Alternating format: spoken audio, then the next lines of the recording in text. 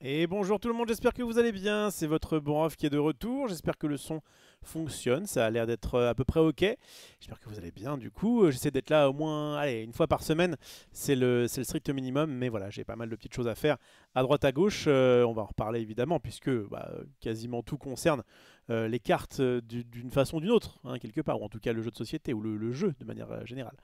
Bref, Rof à 21h30, on est sûr quel fuseau horaire. Eh bah oui, oui, tout à fait. J'essaie de lancer un peu plus tôt que d'habitude, où j'ai plutôt tendance à dépasser les 22 voire 23 heures. En me disant comme on a quand même pas mal de choses à traiter et que je voudrais, enfin on va voir, on va pas forcément tout faire, mais comme ça fait un petit moment du coup que je suis pas venu, et ben il y a plein de nouveautés dans le monde ludique évidemment, dans le monde du TCG, et donc on va suivre ça ensemble. On va commencer par Lorcana, on ira un peu sur Star Wars, on passera vite fait par Altered et peut-être qu'on ira sur Magic puisqu'il y a eu pas mal de news, notamment puisqu'il y a le Pro Tour. Bref, il y a plein de choses à se dire. Et je prépare, ça me permet aussi de préparer le TCG Show qui normalement aura lieu jeudi soir, puisque là, les deux prochains dimanches, donc déjà le dimanche d'avant, puisque Max était au Hellfest, là les deux prochains dimanches, du coup je ne suis pas disponible, donc normalement maintenant on fait le TCG Show, espèce de résumé en gros de ce qui s'est passé dans l'actualité TCG tous les dimanches soirs vers 20 h. En tout cas, on essaye maintenant. On a décalé un petit peu l'horaire d'avant, mais la dernière fois, ça s'est mal passé. Attendez 2 secondes. Parfait. Et donc, qu'est-ce que je voulais dire avant qu'on me perturbe par message. Non, je disais donc que donc, les deux prochains dimanches, je ne suis pas disponible. Worlds de l'Orcana, je vais évidemment y revenir. Après, il y aura Mulhouse. Je vais revenir encore aussi. Normalement, après ça, je devrais être à peu près dispo tous les dimanches pour pouvoir faire comment dire, le dimanche classique des jours du dimanche, à savoir donc on a mis maintenant à 14 h le LJD Show, donc le fameux show de Marie notamment sur les jeux de société, mais bon j'y participe un petit peu, puis j'ai notamment joué à un gros jeu de société il y a pas longtemps, on vous en reparlera à ce moment-là. Le jeu de société de la journée, et enfin de l'après-midi, et ensuite TCG Show into émission TCG, donc sur un TCG en particulier. Là, comme donc je vous dis les deux prochains dimanches, je suis pas dispo. Eh bien, on va normalement se voir jeudi avec Max. Il y a Super Meeple, ça sera en off, qui viendra nous faire tester un nouveau jeu. C'est ceux qui aiment bien les jeux très experts. Donc ça, ce sera jeudi après, mais ça ne me concerne pas trop. Et normalement, vers 20 h, en tout cas, on essaiera. C'est toujours un peu délicat. 20 h, je trouve ça tôt, hein.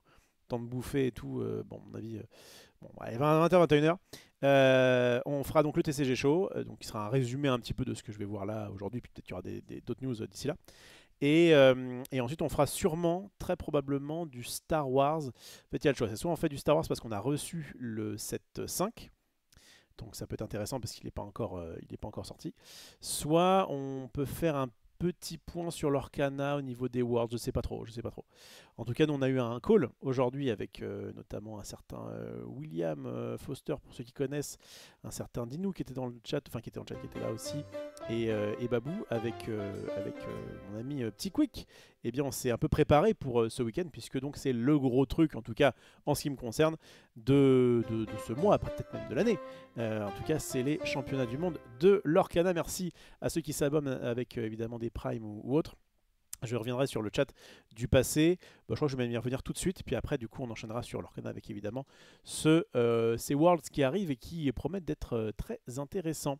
Allez, allons rapidement sur le chat du passé pour saluer tous ces BG, à savoir Nadirb, Dark New New, Titoon, j'espère que tu vas bien, Total Eclipse, Maximus, merci à Raoul Pelfort pour le petit raid. Effectivement, je suis là un petit peu tôt, mais je crois que ça va arranger un peu pas mal de monde. Et puis, si vous êtes sur YouTube, vous vous en fichez. Vous avez la VOD le lendemain à 10 h. Salut à LMBE, salut à Craps, merci pour le 11e mois d'abonnement, tu me régales. Merci à Elias, salut à Elias Benur, pardon. Salut à Le Gig, merci à Maximus et à The Gunart Online pour leur prime, respectivement 4e mois et 23e mois d'abonnement, ça régale. Voilà, voilà. Qu'est-ce qu'on a de beau? On va revoir Off sur sa chaîne en juillet. En vrai, le fait est que là, normalement, donc ce lundi, on a oublié de l'annoncer, mais c'était censé être la dernière de Friendzone. Et en plus, après, on s'est fait une petite bouffe avec Ted et Inès, c'était très sympa, hein, le petit Friendzone spécial Hellfest. Moi j'y étais pas, mais j'ai un peu raconté aussi mon week-end qui était très sympathique, qui était pas très loin en plus du Hellfest. Et donc voilà, si vous l'avez pas vu, ce sera en ligne sur la chaîne de Max très, très prochainement. Mais normalement là, après il n'y aura plus de friendzone avant. Alors avant, soit septembre prochain, soit même il réfléchit à peut-être abandonner l'émission parce qu'en fait elle rapporte pas, on n'a pas trouvé de sponsor ou quoi que ce soit. C'est déjà difficile le temps du récap. Bon, le temps de friendzone c'est encore plus compliqué.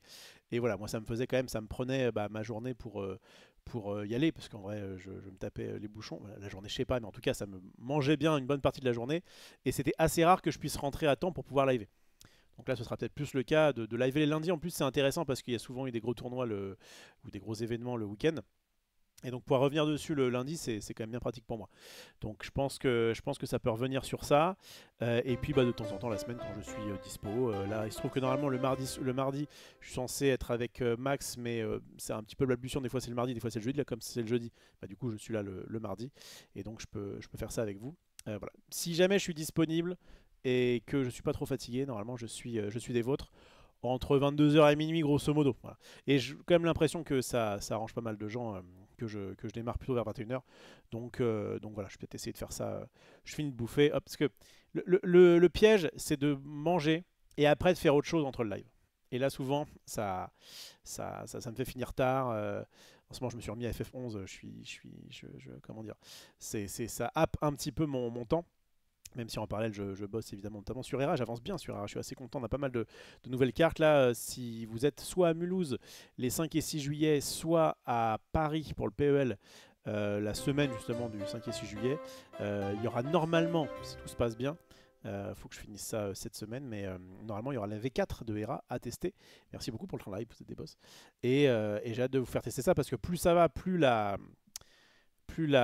version me plaît. Et en plus, on a vu avec un graphiste pour refaire un petit peu les cartes, notamment les techniques, etc. Où mettre les différentes stats sur les joueurs. Enfin bref, c'était très intéressant, mais malheureusement, il est reparti en cours parce que c'est un alternant.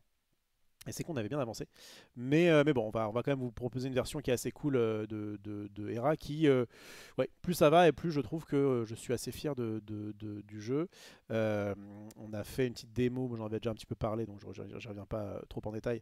Il y a 2 semaines à Atmos et dans la boutique parisienne plutôt des bons retours, donc c'est cool. Et voilà. Donc on espère que notre but c'est de faire en sorte que le Kickstarter, enfin que en tout cas le crowdfunding, je sais pas si ce sera sur Kickstarter ou sur autre chose, se lance d'ici la fin de l'année pour que vous ayez les cartes d'ici, je pense, courant l'année prochaine, quoi. Donc voilà, pour ceux qui évidemment ne sauraient pas, il s'agit de mon jeu du TCG que je suis en train de créer avec le bon Gilou, et qui sera donc sur le thème du foot, puisque lui il voulait un TCG sur le thème du foot, et que ça m'a, même si moi je ne suis pas spécialement fan du foot, ça m'a permis d'avoir une sorte de balise, quoi, de contrainte de build, j'allais dire. Un petit peu comme les joueurs des Worlds à Lorcana, et qui m'a permis d'être, je trouve, assez. Enfin, en tout cas, c'est au moins original, voilà. Et puis ça plaît même à des gens qui n'aiment pas le foot, donc je pense qu'on est pas trop mal. On va sûrement d'ailleurs refaire une vidéo chez Max, je pense. On est plutôt vers août, mais voilà, en tout cas dans les vacances, pour voir un petit peu là où ça en est par rapport à ce qu'on avait tourné la dernière fois, quand on était à Cannes. Salut à Matt Dude, j'espère que tu vas bien. Salut à Mister Lanois qui grâce à lui, on a pu aussi avancer sur ERA parce qu'il nous a créé un logiciel qui nous permet de jouer à distance. Je ne peux pas rester en live, mais je te regarderai plus tard en rediff. Bonne soirée à tous. Salut à toi, Lembe. Merci beaucoup de la force. Salut à Max Yurike et Olborov, merci. Bien sympa le friendzone d'hier, ouais, c'était cool effectivement, spécial Hellfest et très sympa. Salut à Xnolz ou Xnolz, je ne sais pas si je le prononce le X ou pas. En tout cas, merci pour ton Prime, deuxième mois d'abonnement, ça régale. Tu me connais pas au Prime de l'assiduité, mais encore une fois, je pense qu'avec les vacances, moi comme je prends pas de vacances particulières, alors il y aura le Master TCG et Master J2S respectivement en fin juillet et fin août. Mais au-delà de ça, je reste sur place. Enfin, peut-être quelques petits jours que je prendrai pour profiter avec qui de droit. Mais de manière générale, je pense que je suis plus à même d'être présent comment dire, les vacances, puisque je n'en prends techniquement pas, et que donc par contre il y a des projets qui se font pas à côté, donc notamment Friendzone qui va stopper. Donc ça me permet d'être plus facilement ici. Après, il faut qu'il se passe des choses aussi dans le monde du jeu. Mais j'ai pas mal de. J'ai des petites choses là il faut que je me mette. Là, j'ai vu notamment, on va en parler rapidement, mais je ferai pas un live sur ça ce soir. Mais en tout cas, sur Altered, ils ont mis à jour leur. Ils ont fait une sorte de. Comment ils appellent ça? Guide officiel des tournois. Voilà. Et en fait, c'est le Tournament Rules, parce qu'en gros, vous avez les règles, les comprehensive rules, qui sont les règles complètes d'un TCG. Et à côté de ça, il y a les règles de tournoi pour pouvoir dire, bah voilà, ce qu'il faut faire, pas faire dans un tournoi, machin. Enfin bref, c'est toujours intéressant à lire. Donc il y a ça qu'il faut que je lise. Et il y a ils ont mis les comprehensive rules, je crois, de League of Legends, enfin du jeu League of Legends, à savoir Riftbound, qui va arriver d'ailleurs en octobre, donc ça va arriver assez vite. Et donc je pourrais, je pense, grâce à ChatGPT ou quoi, essayer de trouver une version française pour pouvoir. C'est toujours intéressant, moi qui justement en plus suis en train de construire mon TCG, la différence qu'il peut y avoir entre les règles, on va dire, dans un fascicule, quoi, et les comprehensive rules avec. Voilà, c'est des choses. Moi-même, j'ai réfléchi à un truc, je pense que pour Hera, proposer ça à Gilles. Vous savez, à la place d'avoir des cartes qui en gros ne servent à rien, mais qui permettent de protéger un petit peu la foil ou quoi, dans leur cas, vous avez une sorte de puzzle. Dans Magic, ça va être soit un token, soit un terrain de base. Enfin, bon, c'est des choses qui sont très vite. Bah, nous, comme il y a des cartes de base, bah, du coup, il y en aura dans les boosters. Et des cartes qui. Enfin, vous commencez le jeu avec des cartes en jeu, quoi. Et je pense qu'au dos de ces cartes-là, je mettrai les règles. Alors, enfin, une version en tout cas condensée des règles. Je trouve ça pas inintéressant parce que si des gens, je pense à des enfants par exemple, qui pourraient collectionner le jeu et qui n'auraient pas spécialement envie de mettre le nez dans les règles, le fait d'avoir des cartes qui de toute façon sont entre guillemets gratuites, parce que ça remplace pas une carte qui est jouable, c'est juste le petit truc pour protéger, quoi. Eh bien, tu as donc une carte de base d'un côté et de l'autre côté tu as un bout de règles. Et tu peux même collectionner ces règles. Ça peut aller de. Bah, c'est un peu ce qu'ils font à l'Arcana actuellement. Sauf que c'est pas sur des règles. Ils avaient fait sur des règles à l'époque des lieux, mais ils avaient fait que ça à ce moment-là. Et sinon, là, ils mettent une petite histoire. Moi, personnellement, le lore, je m'en fiche. En plus, le lore, je vous assure que le lore de notre jeu de foot, il va être, il va être très très simple. C'est pas vraiment pas sur ça qu'on va se baser. Et du coup, le fait de mettre des petites cartes comme ça de rappel de règles, mais numérotées, genre, bah tiens, je sais pas, rappel règle numéro 3 sur 24, j'en sais rien, je sais pas combien il y en aura en tout. Et bah ça t'explique le tir, ça t'explique machin, donc tu peux la mettre de côté pour essayer de. Soit dans ton classeur, en fait, je trouvais ça intéressant de me dire qu'à la place d'avoir un fascicule, tu as ça en carte. Alors, est-ce que ce sera que en carte ou pas? Je sais pas encore. Avec éventuellement un petit QR code qui va te remettre sur une page internet avec les règles propres, quoi. Je pense que ça me semble pas mal. Voilà, je vous raconte un peu mes petites idées. J'en étais où? Salut à Evito et merci pour le 31e mois consécutif. Le boss, merci beaucoup Evito. Évidemment, tu restes l'un des meilleurs. Hello le Rof, n'as-tu pas l'impression que la déferlante TCG s'essouffle un peu, un brin? Sur Star Wars, je vois moins de monde. Effectivement, bah, c'est un TCG à moins de vraiment bien perdurer dans le temps. Son apogée, enfin son apogée. Son pic, c'est souvent au départ. C'est nouveau, nouvelle licence, ou nouvel univers, ou nouveau gameplay, ou machin. Donc il y a une grosse hype. Et puis après, bah, ça redescend petit à petit parce que l'effet de surprise est un peu passé, l'effet de nouveauté est passé, et donc il reste entre guillemets que les vrais, quoi, que ceux qui vraiment kiffent bien le jeu. Et puis il y a eu quand même des déboires un peu dans tous les TCG récents, là, le Big News 3, comme j'aime à dire, que ce soit l'Orcana avec notamment la Red Pixelborn, que ce soit Star Wars avec Star Wars et un petit peu Altered aussi, mais surtout Star Wars avec le manque de produits qui leur a vraiment fait beaucoup du mal, notamment à la saison 2. Ouais, saison 1 et saison 2 c'était un peu compliqué, enfin la 7-1, 7-2. Et puis sur Altered où il y a eu un souci avec le prix on demand, enfin bref, c'est pas évident, et je crois qu'à chaque fois, chaque TCG la récent a eu un gros départ et après un bon contre-coup. Bon, et encore là, plus je résume, je prenais qu'un point, mais il y a plusieurs autres points qui vont avec. Et donc c'est normal de voir que ça s'essouffle un petit peu. Maintenant, les questions, c'est voilà, qui va résister à la course de fond? Parce que le sprint, en fait, tout le monde a fait sprint, mur, et après on remarche un peu tranquillement. Et la question c'est voilà, maintenant où est-ce que ça va aller? On sait qu'Alterd, ils vont avoir les championnats de France, bah, justement pendant que je suis à Mulhouse malheureusement. les 5 et 6 juillet. Il y aura un championnat du monde fin de l'année. Star Wars, il y a une sorte de championnat du monde, championnat galactique, fin juillet. L'Orcana, donc championnat du monde fin de la semaine.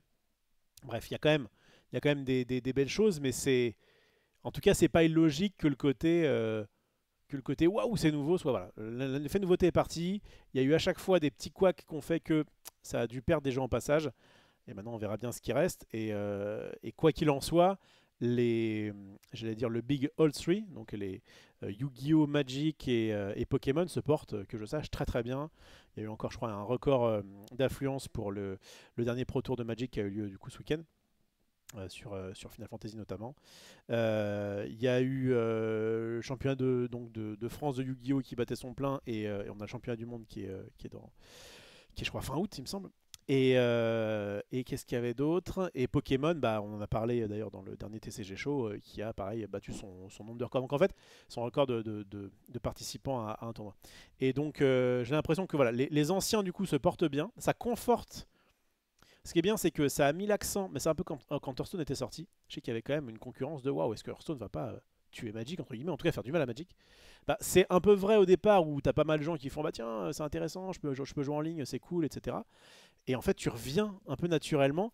Et du coup, ça fait que tu as réussi à faire grossir d'année en année ton gâteau parce qu'il y a eu des événements. Bah là, clairement, l'Orcana, il y a eu beaucoup de gens qui sont mis au TCG grâce à l'Orcana parce que c'est du Disney.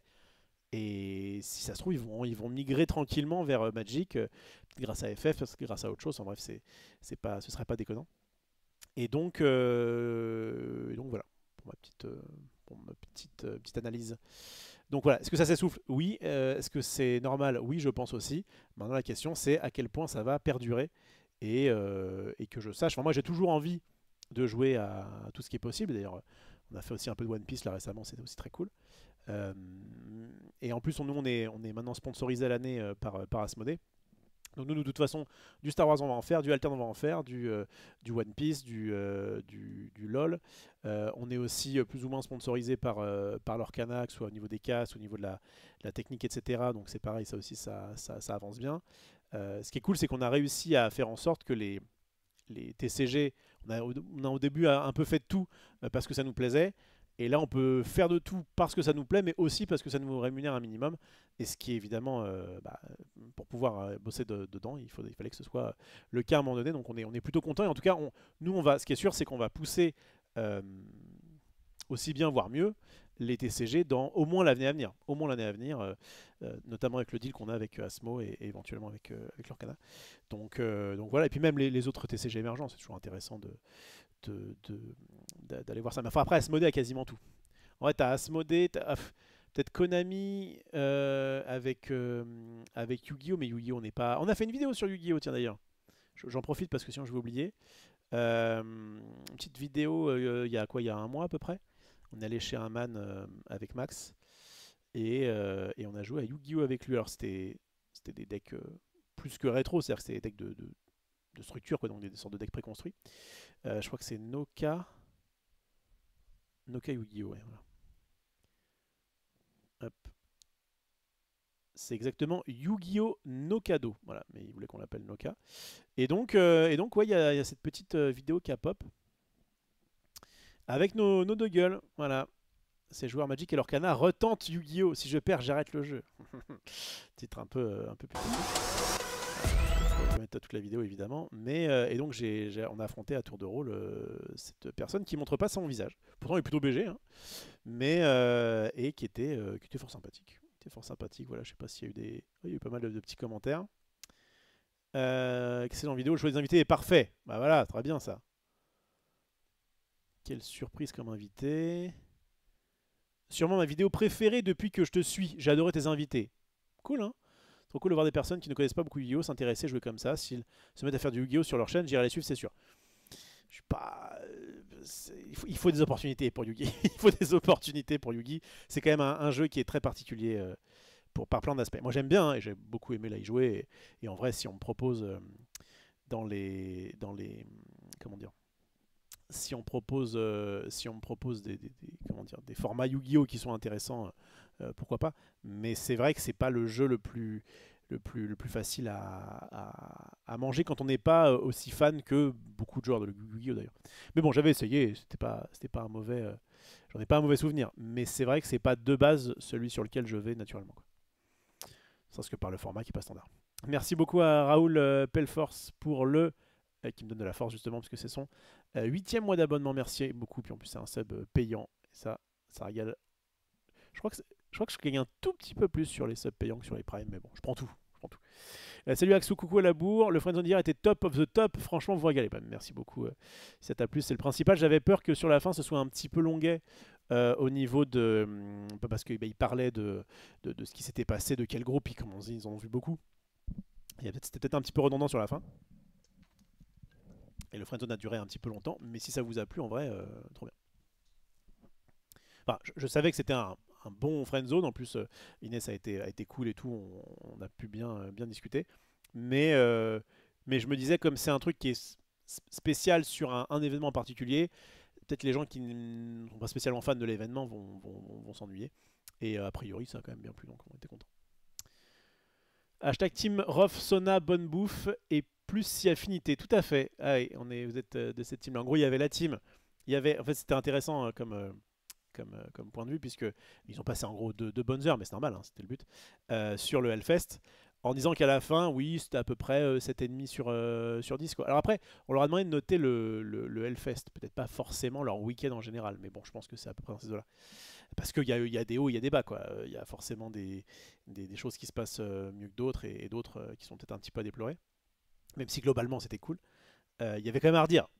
Moi sur mon week-end, il n'y avait pas grand chose à redire. J'ai mis 9,5 pour pas mettre 10, hein, parce que voilà, c'est toujours une petite marge de manœuvre. Mais en vrai c'était juste trop bien. Enfin, c'est vraiment. Ça m'a pris moins de temps, ça m'a coûté beaucoup moins cher.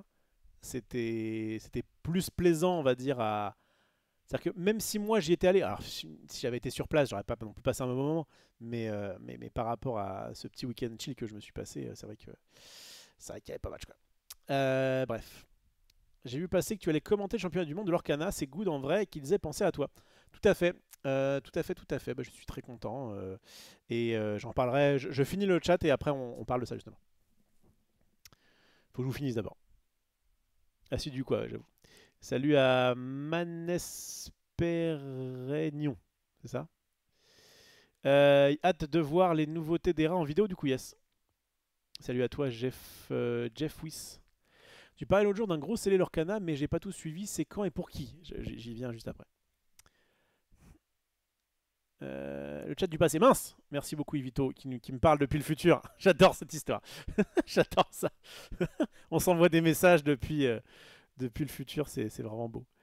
Pardon. C'est vrai que c'est quand même plus simple quand vous avez un petit... En fait, il y a beaucoup de gens qui m'écoutent seulement et qui ne regardent pas forcément, mais pour ceux qui regardent, si vous voyez pas le petit cœur, de l'amour venu du futur, c'est beau ou pas? Donc merci encore pour le train de live, ça fait toujours plaisir quand on revient de... Alors, je n'étais pas en partie, mais je sais que là, j'ai beaucoup moins d'occasion de faire des lives. Salut à Babou qu'on a eu il y a pas longtemps, là je vais vous raconter un petit peu ça. Expliquer le hors-jeu en une collection de 24 cartes, c'est smart. Il n'y aura pas de hors-jeu dans le jeu. Déjà parce que ça simule 4 joueurs sur un terrain, donc on est plutôt sur une sorte de 5, quoi, sauf qu'ils sont 4, mais bref, enfin pas tout de suite en tout cas. Star Wars, j'ai vu que Mister MV avait une OP opening tout à l'heure, il doit chercher de nouvelles cibles. Ah ouais, c'est pas impossible, ouais. Bah, surtout que Mister MV, en fait en gros ils avaient un deal, la team Aegis avec Asmodée, et donc ça m'étonne pas du tout qu'il leur ait servi un petit peu de Star Wars, j'imagine qu'il aime bien l'univers. C'est pas du tout déconnant que Mister MV ait croqué. Ils étaient venus chez Max il y a 2-3 mois. Il y avait les trois de la team Aegis, DFG, MV et Shones, un streamer de TFT notamment. Et ils étaient venus, ouais, peut-être plutôt vers l'hiver dernier, quoi. Et c'était, ouais, c'est sympa. Ils avaient joué au Seigneur des Anneaux version duel, là, enfin, espèce de Seven Wonders duel, mais en mode Seigneur des Anneaux. Bref, en tout cas, non, du coup, ça me choque pas parce qu'il est dans la sphère. Il avait un deal avec Asmo, et donc là, qui lui est dit, bah tiens, t'as qu'à nous ouvrir du Star Wars, ça me semble pas déconnant. Salut à Pigeon Bancal, bonsoir. Pour Star Wars, c'est surtout qu'ils sont à la fin d'un set. Les gens attendent le nouveau pour retourner en boutique. Yes. Tu mises sur qui? Fais attention à ta réponse. Alors attends, 21h48, c'était il y a 10 minutes. Je misais sur qui? J'ai envie de dire sur toi, mais je sais plus la question.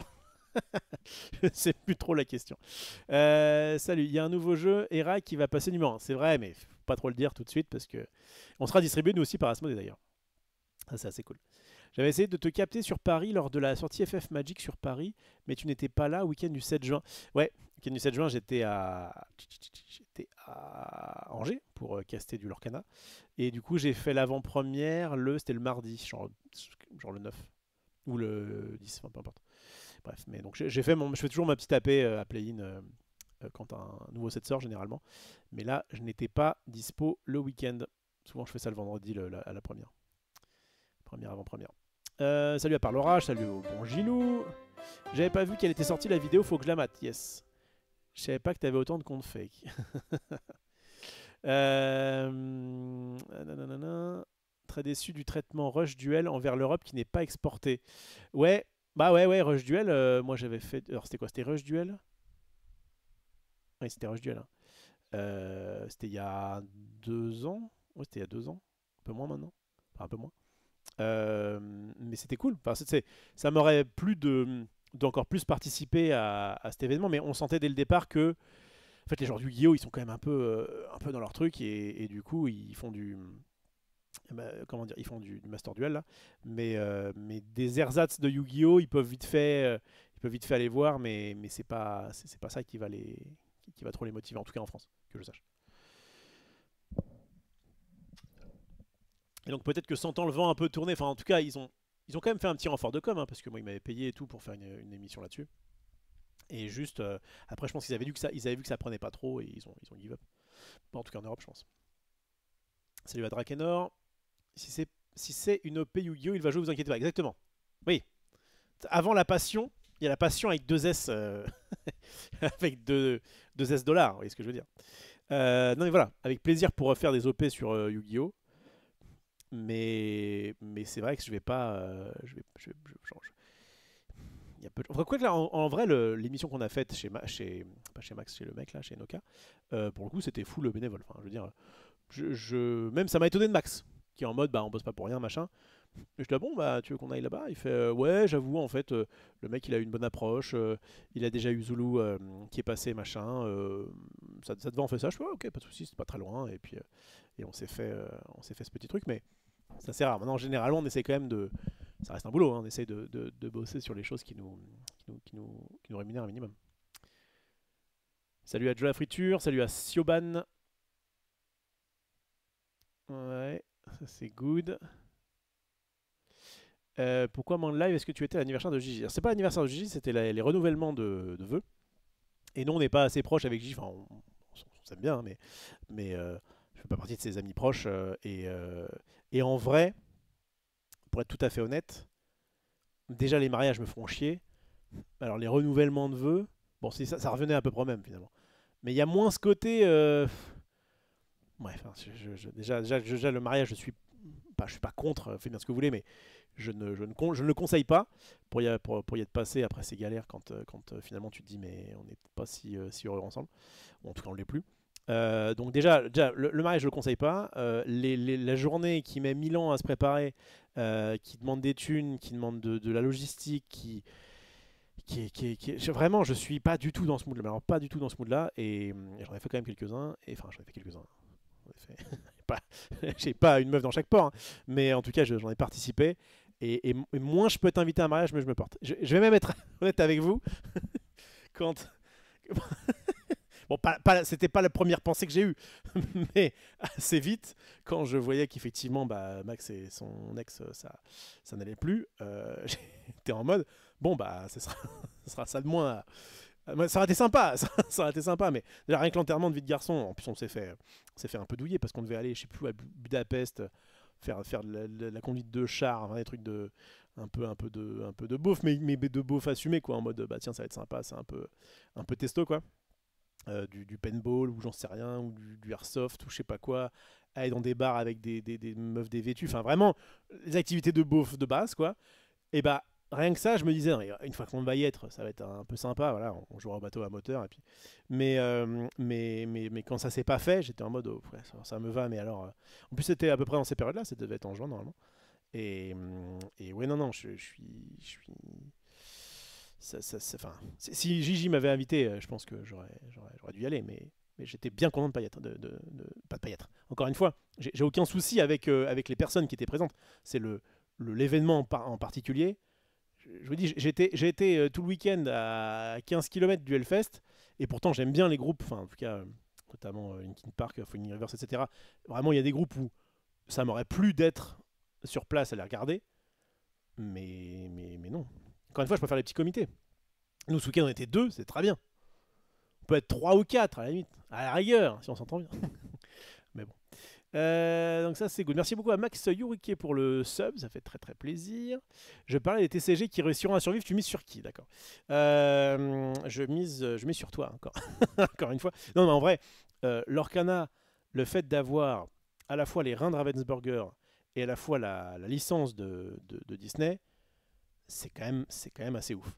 Maintenant, le fait est que à la fois c'est gros, et à la fois si un jour l'Orcana doit péricliter, ça mettra pas, que je sache, Ravensburger et Disney en danger. Donc en fait, il y a un peu ça. À l'inverse de Altered, où actuellement Equinox s'occupe que de Altered. Donc ça marche ou c'est mort quoi. Là, si un jour, je sais pas, ça fait 4-5 années de l'Orcana et puis on commence un petit peu à faire un peu le tour, si ça doit mourir de sa belle mort, ça me choquerait pas. Maintenant, est-ce qu'il y aura encore l'Orcana dans 10 ans? C'est pas impossible. C'est clairement pas impossible parce que il y a quand même une bonne base qui se renouvelle en plus parce que du coup c'est plus facile de renouveler tes nouveaux joueurs par du Lorcana où en fait je sais pas moi même la petite fille de moi, ma fille elle a 7 ans, elle joue un petit peu à Lorcana et c'est pas déconnant qu'un jour je l'amène à un tournoi justement pour ce côté on partage un petit peu la passion du TCG donc sur ça Lorcana a quand même de belles enfin, c'est puissant quoi. Un petit peu comme Pokémon où ils font leur tournoi junior, etc. D'ailleurs, leur canal devrait peut-être plus mettre ça en avant. Des tournois par catégorie j'allais dire de taille. Peut-être pas de taille, mais d'âge, pour pouvoir récompenser aussi les enfants qui peut-être ont un peu plus de mal à forcément se tabasser avec les adultes quoi. Et là quand je vois je vous dis on a eu un petit call là sur Discord avec des mecs qui se butent pour les championnats du monde, c'est un niveau hein. Enfin ce qui est bien avec leur canal, c'est que c'est à la fois facile d'accès et à la fois tu peux retrouver dans certains formats, et c'est le cas notamment pour le championnat du monde, une profondeur qui va faire kiffer même le gars le plus compétiteur. Et d'ailleurs il y a beaucoup de gens qui se sont passés de Magic à l'Orcana. Il y a forcément eu un peu d'appât du gain de dire c'est plus facile de gagner des tournois sur l'Orcana que sur Magic, vu le niveau général, on va dire. Mais aussi mais si ça n'avait été pas aussi profond, peut-être qu'ils se seraient vite fait chier ou qu'ils n'auraient pas forcément donné suite. Et j'ai vu des anciens champions de Magic être en mode réfléchir comme pas possible sur des est-ce que je joue Diablo ou Mickey quoi. Donc, est-ce que l'Orcana va survivre? En fait, ça, je pense que, mais c'est un peu logique, hein, et on m'en voudrait pas ceux qui sont de. Mais si je devais faire un classement de longévité Star Wars, Altered, l'Orcana, eh ben, je ferais pile l'inverse. Je pense que l'Orcana a quand même. À moins, en fait, l'Orcana, ce qui peut arriver, c'est peut-être un souci du côté de Disney. Enfin, si Disney et Ravensburger, à un moment donné, ça se frite pour je sais pas quelle raison, éventuellement, mais sinon, je vois quand même bien le truc résister et peut-être devenir un peu une sorte de nouveau Pokémon, entre guillemets, c'est-à-dire un truc qui va pouvoir faire plaisir aux collectionneurs, aux enfants et quand même à certains compétiteurs. Alter, je vous le dis, Alter, ce qui est un peu particulier, c'est que l'équipe est moins solide, on va dire, que les autres en termes de soutien financier, etc. C'est pas une grosse boîte qui est derrière, et donc ça peut éventuellement péricliter, mais c'est vraiment leur bébé, ils mettent tout dedans, donc je pense que ça peut plus faire une sorte de Flesh and Blood, à savoir c'est pas non plus ultra connu du grand public, mais c'est un énorme succès d'estime. Et si jamais ils font des belles choses pour les championnats d'Europe, etc., du monde, ça peut être cool. Enfin, s'ils font une grosse scène organisée, je veux dire. Voilà. Et Star Wars, bah, malheureusement, il y a un peu ce côté. FFG, c'est pas la première licence qui pourrait abandonner, ou en tout cas la refaire sous une autre façon. Maintenant, ils ont l'air d'être quand même assez convaincus de leur jeu, et je pense qu'en termes notamment aux États-Unis, ça. Ouais, je pense que ce qui pourrait peut-être arriver sur Star Wars dans les prochaines années, hein, si vous jouez à Star Wars, à mon avis, vous avez encore de quoi bien manger, hein, en France en tout cas. Mais ce qui je pense pourra peut-être arriver à Star Wars, et on verra que ce sera un petit peu le début de la fin, c'est quand ils arrêteront de traduire les cartes. Peut-être qu'à un moment donné, ils se diront bon, ça marche très bien aux États-Unis, ça marche un peu moins bien ailleurs. En vrai, il y a quand même beaucoup de pays qui s'en foutent un petit peu d'avoir. Nous, les Français, on est quand même assez chauvin et on va le dire, hein, un peu flemmard au niveau des langues.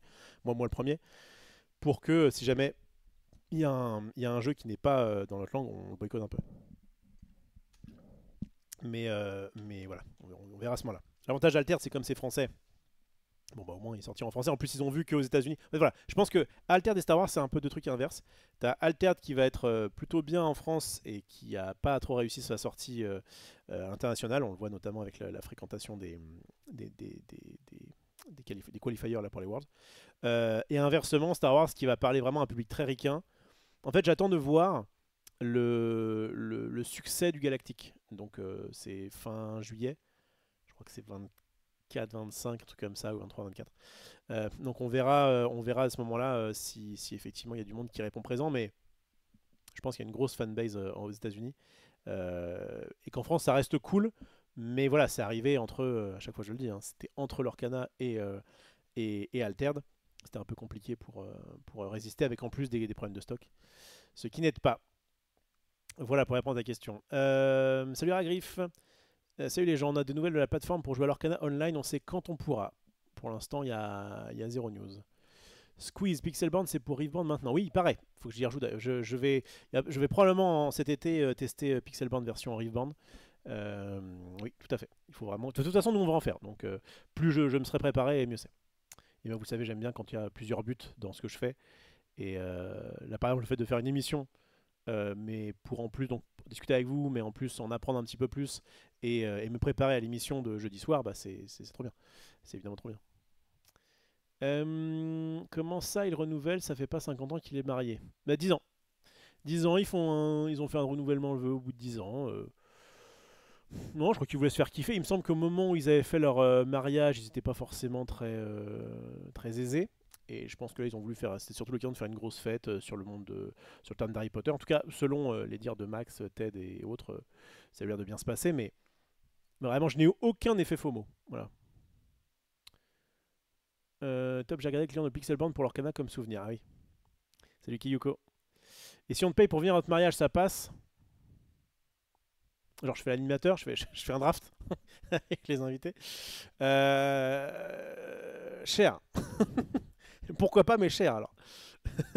Je peux faire un cast spécial au mariage. Miser sur leur canal alors que Hera va sortir. Ouais.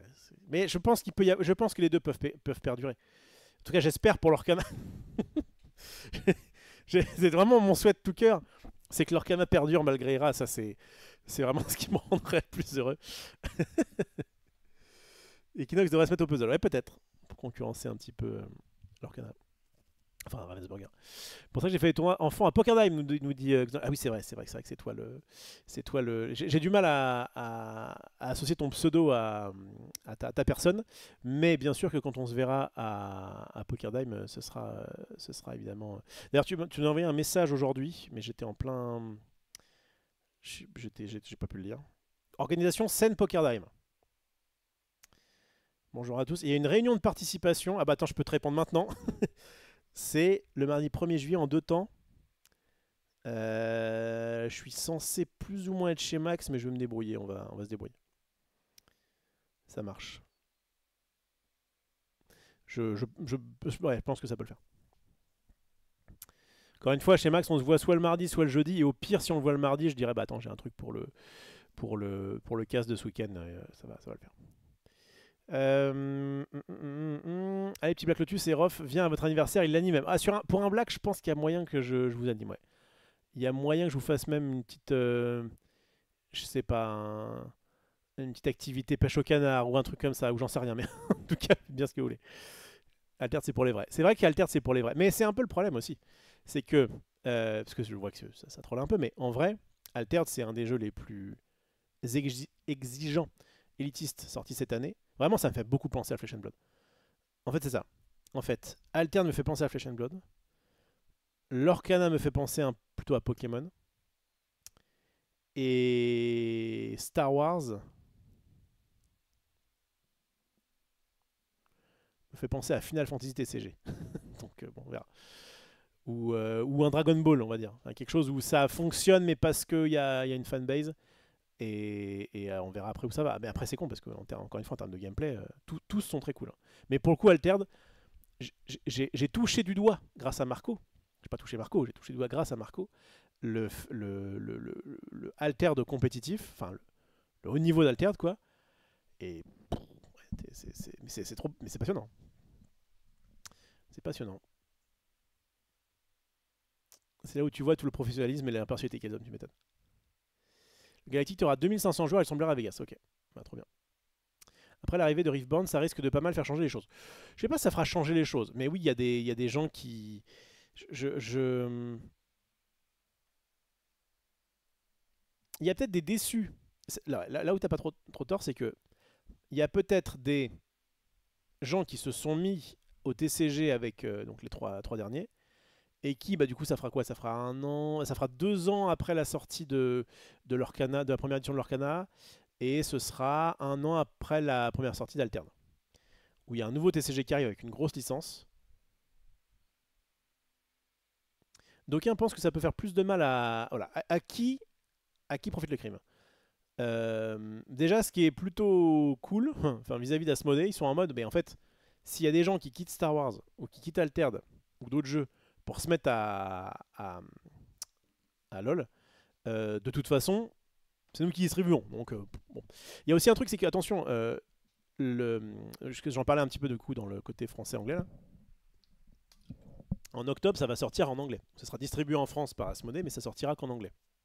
Et de ce que je sais, c'est en fonction du succès du jeu où ils verront si ça vaut le coup de le sortir ou pas en français.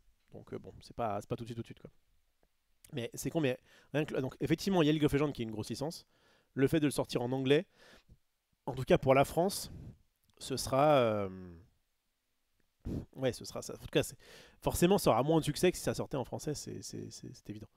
Et pas juste un peu moins. Je pense qu'il y aura vraiment beaucoup de gens qui se diront bah non, flemme, j'attends que ça sorte en français ou alors bah, tant pis quoi. Ou alors juste j'achète pour les images, mais pour les illustrations, mais pas forcément pour y jouer parce que flemme. Ça dépend aussi du jeu organisé, ça dépend de plein de choses. Je pense qu'ils vont faire les choses plutôt bien. Ce que j'ai un peu peur, c'est comme justement ils le traduisent pas en français, est-ce qu'il va y avoir un jeu organisé propre en France? On l'espère, mais on verra bien. Encore une fois, nous on fera tout, donc de toute façon, ça change pas grand chose pour nous. FG a signé pour 10 ans déjà pour Star Wars. Ouais, mais c'est pas. Si t'as signé pour 10 ans, mais qu'au bout de 3 ans, ça se casse la gueule, bah tu diras ok. Toutes les places sont vendues en tout cas pour Galactic. Ah ok, d'accord. Bah c'est bien. C'est bien parce que du coup, je crois que pour Lille, pour le tournoi. Pour le tournoi, l'espèce de sector, c'est ça, hein, de Lille. J'ai plus le nom exact du gros tournoi. Bon, il y a eu un gros tournoi à Lille qui s'était fait début mai, je crois. Et il me semble qu'il y avait. C'était pas sold out, quoi. Ce qui d'ailleurs à l'époque avec l'Orcana, vous vous rappelez le premier DLC, le premier, il l'avait mis, donc premier gros tournoi officiel l'Orcana, il l'avait mis à 500 joueurs, c'était parti très vite, mais je crois qu'il y avait un petit peu ce côté, en fait on n'a pas envie que ce soit pas sold out en fait. Je crois que tu as besoin pour ta com de dire notre gros événement en tant de temps il s'est rempli full, qu'en réalité c'est pas grave, mais juste je crois qu'ils préfèrent un événement à 500 joueurs qui s'est rempli très vite qu'un événement à 1000 joueurs qui se finit. Alors que techniquement, c'est con parce qu'il y a plus de gens. Mais je crois que pour la com, moi je m'en fous. Franchement, ce qui m'intéresse, c'est toujours intéressant de savoir quand même, est-ce que par rapport au plafond, c'est plein ou pas. C'est quand même intéressant.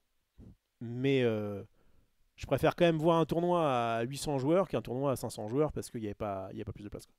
Et c'est bien d'ailleurs qu'ils avaient, enfin à l'époque, ils avaient remonter le niveau. Et les 2000 c'était bien vendu, c'était aussi sold out, mais tous les gens qui voulaient participer, enfin en tout cas que je sache, dans mon entourage, avaient réussi à trouver la place. Ça, c'est cool.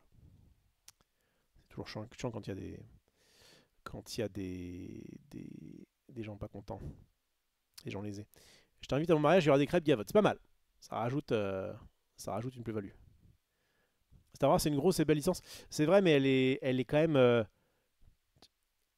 Elle est pas. Elle est pas très originale dans le monde du jeu. Des produits Star Wars, t'en as des milliards. League of Legends, déjà, c'est plus.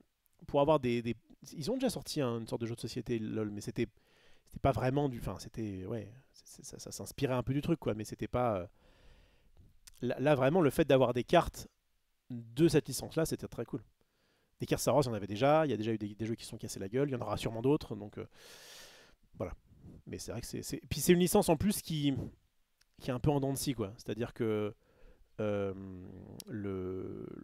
notamment les films, enfin en tout cas pour le grand public, ça reste quand même, notamment sur les derniers films, un peu une déception, quoi.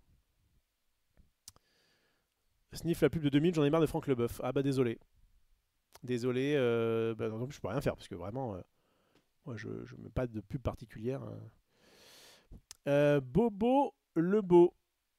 Je viens d'arriver, toi et Max, vous êtes allés au renouvellement de vœux chez la J-Bag. J'en parlais tout à l'heure. Lui, il y était, moi non, et je crois que ça nous allait très bien à tous les deux.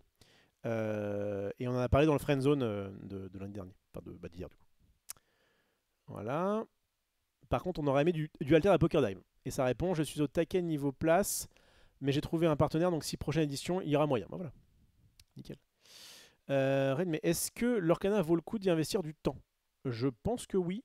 Je pense que ça fait partie des, je pense que ça fait partie des jeux qui, comme je le disais, ont une barrière à l'entrée qui est relativement simple, que ce soit en termes d'argent ou en termes de connaissances. Tu peux facilement te remettre un peu dans le bain, contrairement à peut-être d'autres TCG. Il va y avoir une rotation je crois que c'est en septembre du coup, enfin début septembre, enfin fin août début septembre, avec la sortie du nouveau set, le 7-9, il y aura une rotation, ce qui fait que je te conseillerais peut-être, bah, commence-toi à y intéresser dès maintenant, notamment avec les Worlds, etc. Mais si tu dois faire des investissements, à mon avis, c'est peut-être mieux d'attendre à ce moment-là, parce qu'il y a des cartes qui sont recherchées actuellement, mais qui seront peut-être plus jouées ou plus jouables passé septembre. Donc je pense que c'est le bon moment pour s'y intéresser.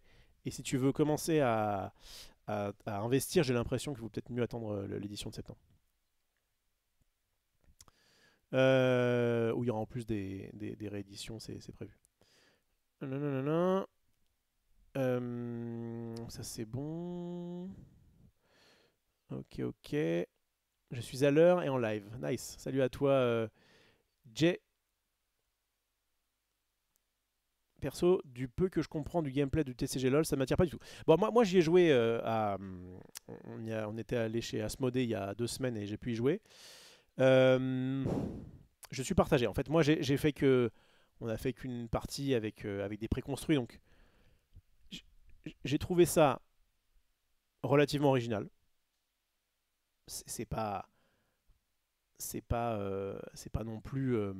Tu retrouves quand même des bases de. Bah, tu as des ressources, tu vas les utiliser pour pouvoir jouer des sortes de personnages qui vont essayer. Alors après, il y a un petit peu un côté à la Marvel Snap où tu vas. Enfin, ouais, ouais, à la Smash Up, quoi, où tu vas essayer de conquérir différents trucs plutôt que de dire il y a des points de vie ou il y a des sortes de points de victoire à attendre, même s'il y a des points de victoire. En tout cas, tu dois passer par ces lanes là. Donc, ça propose un gameplay à la fois, tu vois d'où ça vient. Enfin, voilà, ça reste un jeu à ressources. Comment on pourrait appeler ça?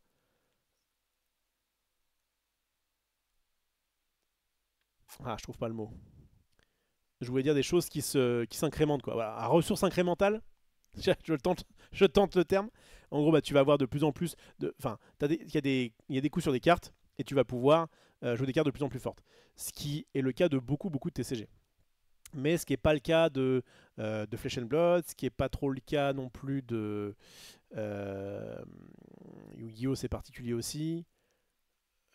Pokémon, ouais, voilà, bon, mais c'est plus, voilà, c'est plus du Magic Tier. Voilà, c'est basé un peu sur Magic avec j'ai des ressources. Au début, j'en ai pas beaucoup, puis j'en ai de plus en plus, et il va se passer des petites choses.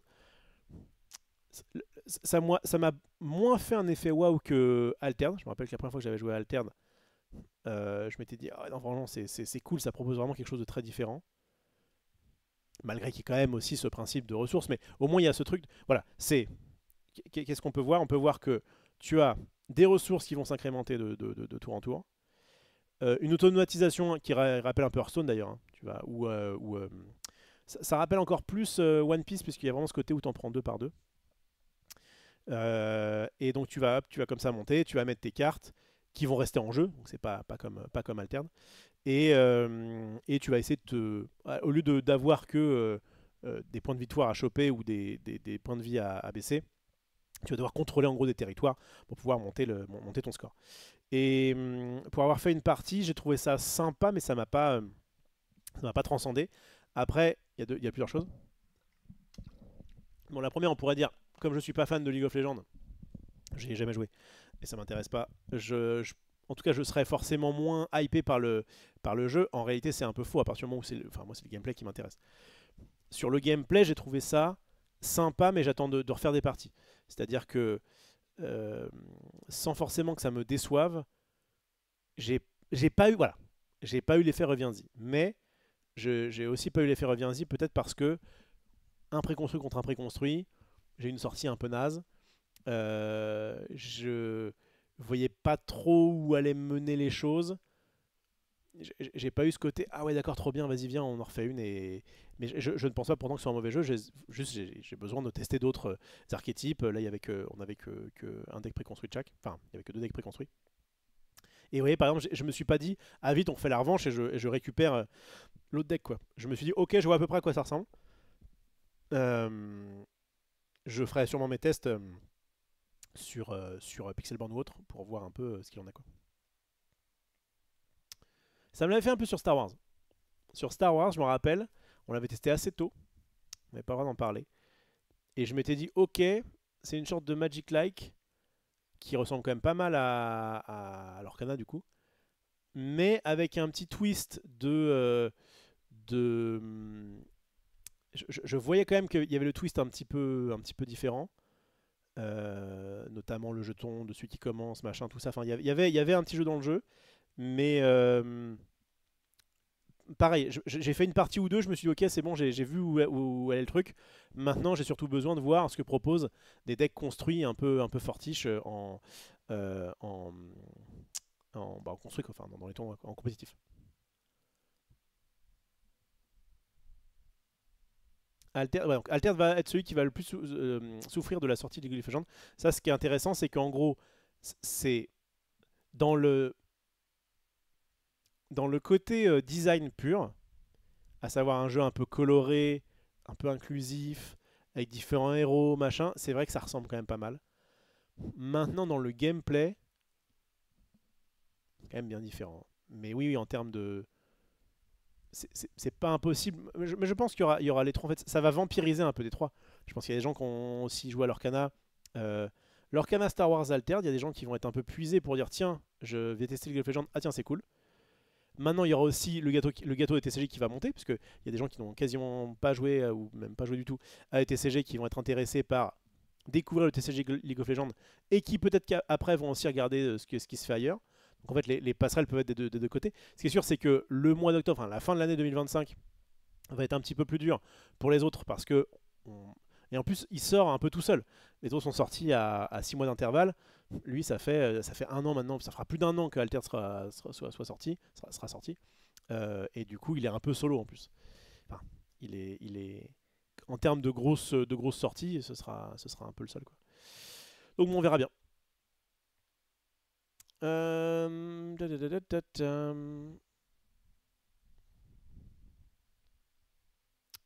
Perso, du peu que je comprends du gameplay de. Oui, non, ça c'est bon, ça j'ai lu. Est-ce que Star Wars Unlimited vaut le coup d'y investir du temps? En fait, qu'est-ce que tu entends par valoir le coup? Si valoir le coup c'est essayer de se rentabiliser, je pense pas vraiment. Si valoir le coup c'est passer du bon temps, ouais, enfin clairement, Je passe du bon temps sur tous les TCG. Mais moi, je vais aussi un petit peu où le vent me porte, c'est-à-dire que bah, comme ça reste mon boulot, je vais aussi, entre guillemets, au plus offrant. Même si je pousse vers... bah, l'avantage de l'Orcana, notamment, c'est parce que comme je viens de Magic, j'ai beaucoup plus de facilité qu'un Altered, par exemple. Mais, si valoir le coup, c'est trouver du monde pour jouer avec, passer des bons moments de tournoi, et enfin, je veux dire, n'importe quel TCG actuel fait largement l'affaire. À partir du moment où tu as une petite boutique locale et où ils en font un minimum, tu peux vraiment t'amuser. Maintenant, est-ce que j'investirais dans des grosses rares de Star Wars pour spéculer et pour les revendre plus tard? Pas vraiment. Peut-être à tort, hein, mais j'irais. Enfin, voilà, je sais pas, voilà, ça dépend ce que veut dire avoir le coup. Si avoir le coup, c'est passer du bon temps, ouais, c'est trop bien. Alors, pourquoi tu n'es pas allé chez Gigi pour le renouvellement? C'est dommage. Parce qu'en fait, c'est Gigi, c'était un collègue. On a passé du bon temps ensemble. Je crois qu'on s'apprécie plutôt bien, mais on n'est pas amis. On n'est pas. Je suis pas ami avec Gigi comme je le suis avec Max, par exemple. Et encore une fois, vraiment les mariages, je m'en fous. Est-ce que Rof vaut le coup qu'on s'y investisse du temps? Je pense, ouais, je pense. Demandez, hein, demandez à. Non, si, je pense, ouais. Salut à toi, Mickaël.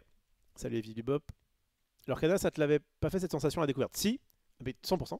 L'Orcana à la découverte, celui qui m'a fait le plus d'envie à la découverte, c'était Altern. Après, je crois que c'était Star Wars où je me suis dit, ok, c'est cool, je vois où ça va aller, j'attends d'avoir les vrais decks. Et l'Orcana, je me suis dit, ah ouais, c'est vraiment Magic pour enfants, En tout cas, j'ai pas du tout envie d'y jouer là tout de suite, quand c'est sorti. Plus que ça, parce que c'est vraiment très simpliste. Mais, j'avais quand même... L'inverse m'aurait étonné, qu'au niveau compétitif, il n'y ait pas quelque chose à faire. Et quand d'ailleurs ils ont annoncé les DLC, moi je m'y suis vraiment mis fin de set 2, début de set 3, avec ce côté, ça y est, on est dans l'Orcana où on peut réfléchir, on peut deck build, on peut s'entraîner pour aller en tournoi, et c'est trop bien. Et c'est trop bien. Mais oui, oui, bien sûr que l'Orcana au début, c'est quand même un peu léger, quoi. Enfin, quand tu testes deux decks préconstruits de l'Orcana, quand tu as un peu joué à des TCG, tu vas vite déchanter, hein. Et c'est pour ça, d'ailleurs, c'est pour ça que je laisse totalement le bénéfice du doute à. Enfin, c'est pas parce que là, j'ai pas pris spécialement un kiff d'enfer sur, Riftbound que, au contraire, je me dis, ah oui, mais ok, bah très bien, j'ai vu à peu près comment ça allait. Attendons de voir les premières, enfin, attendons de voir les premières cartes, les premiers tournois, que je suivrai avec assiduité, enfin, je pense en tout cas. Et, et oui, faire enfin, tester le format compétitif de Riftbound, j'ai hâte. Juste pour l'instant, je ne sais pas trop où ça va aller compétitivement, mais je pense, enfin, je leur fais confiance, ça va le faire. Alors, salut à tous les royaumes de Keia, j'espère que tu vas bien. J'ai un bon pote qui bosse pour Asmodee USA, les chiffres font mal pour Altered.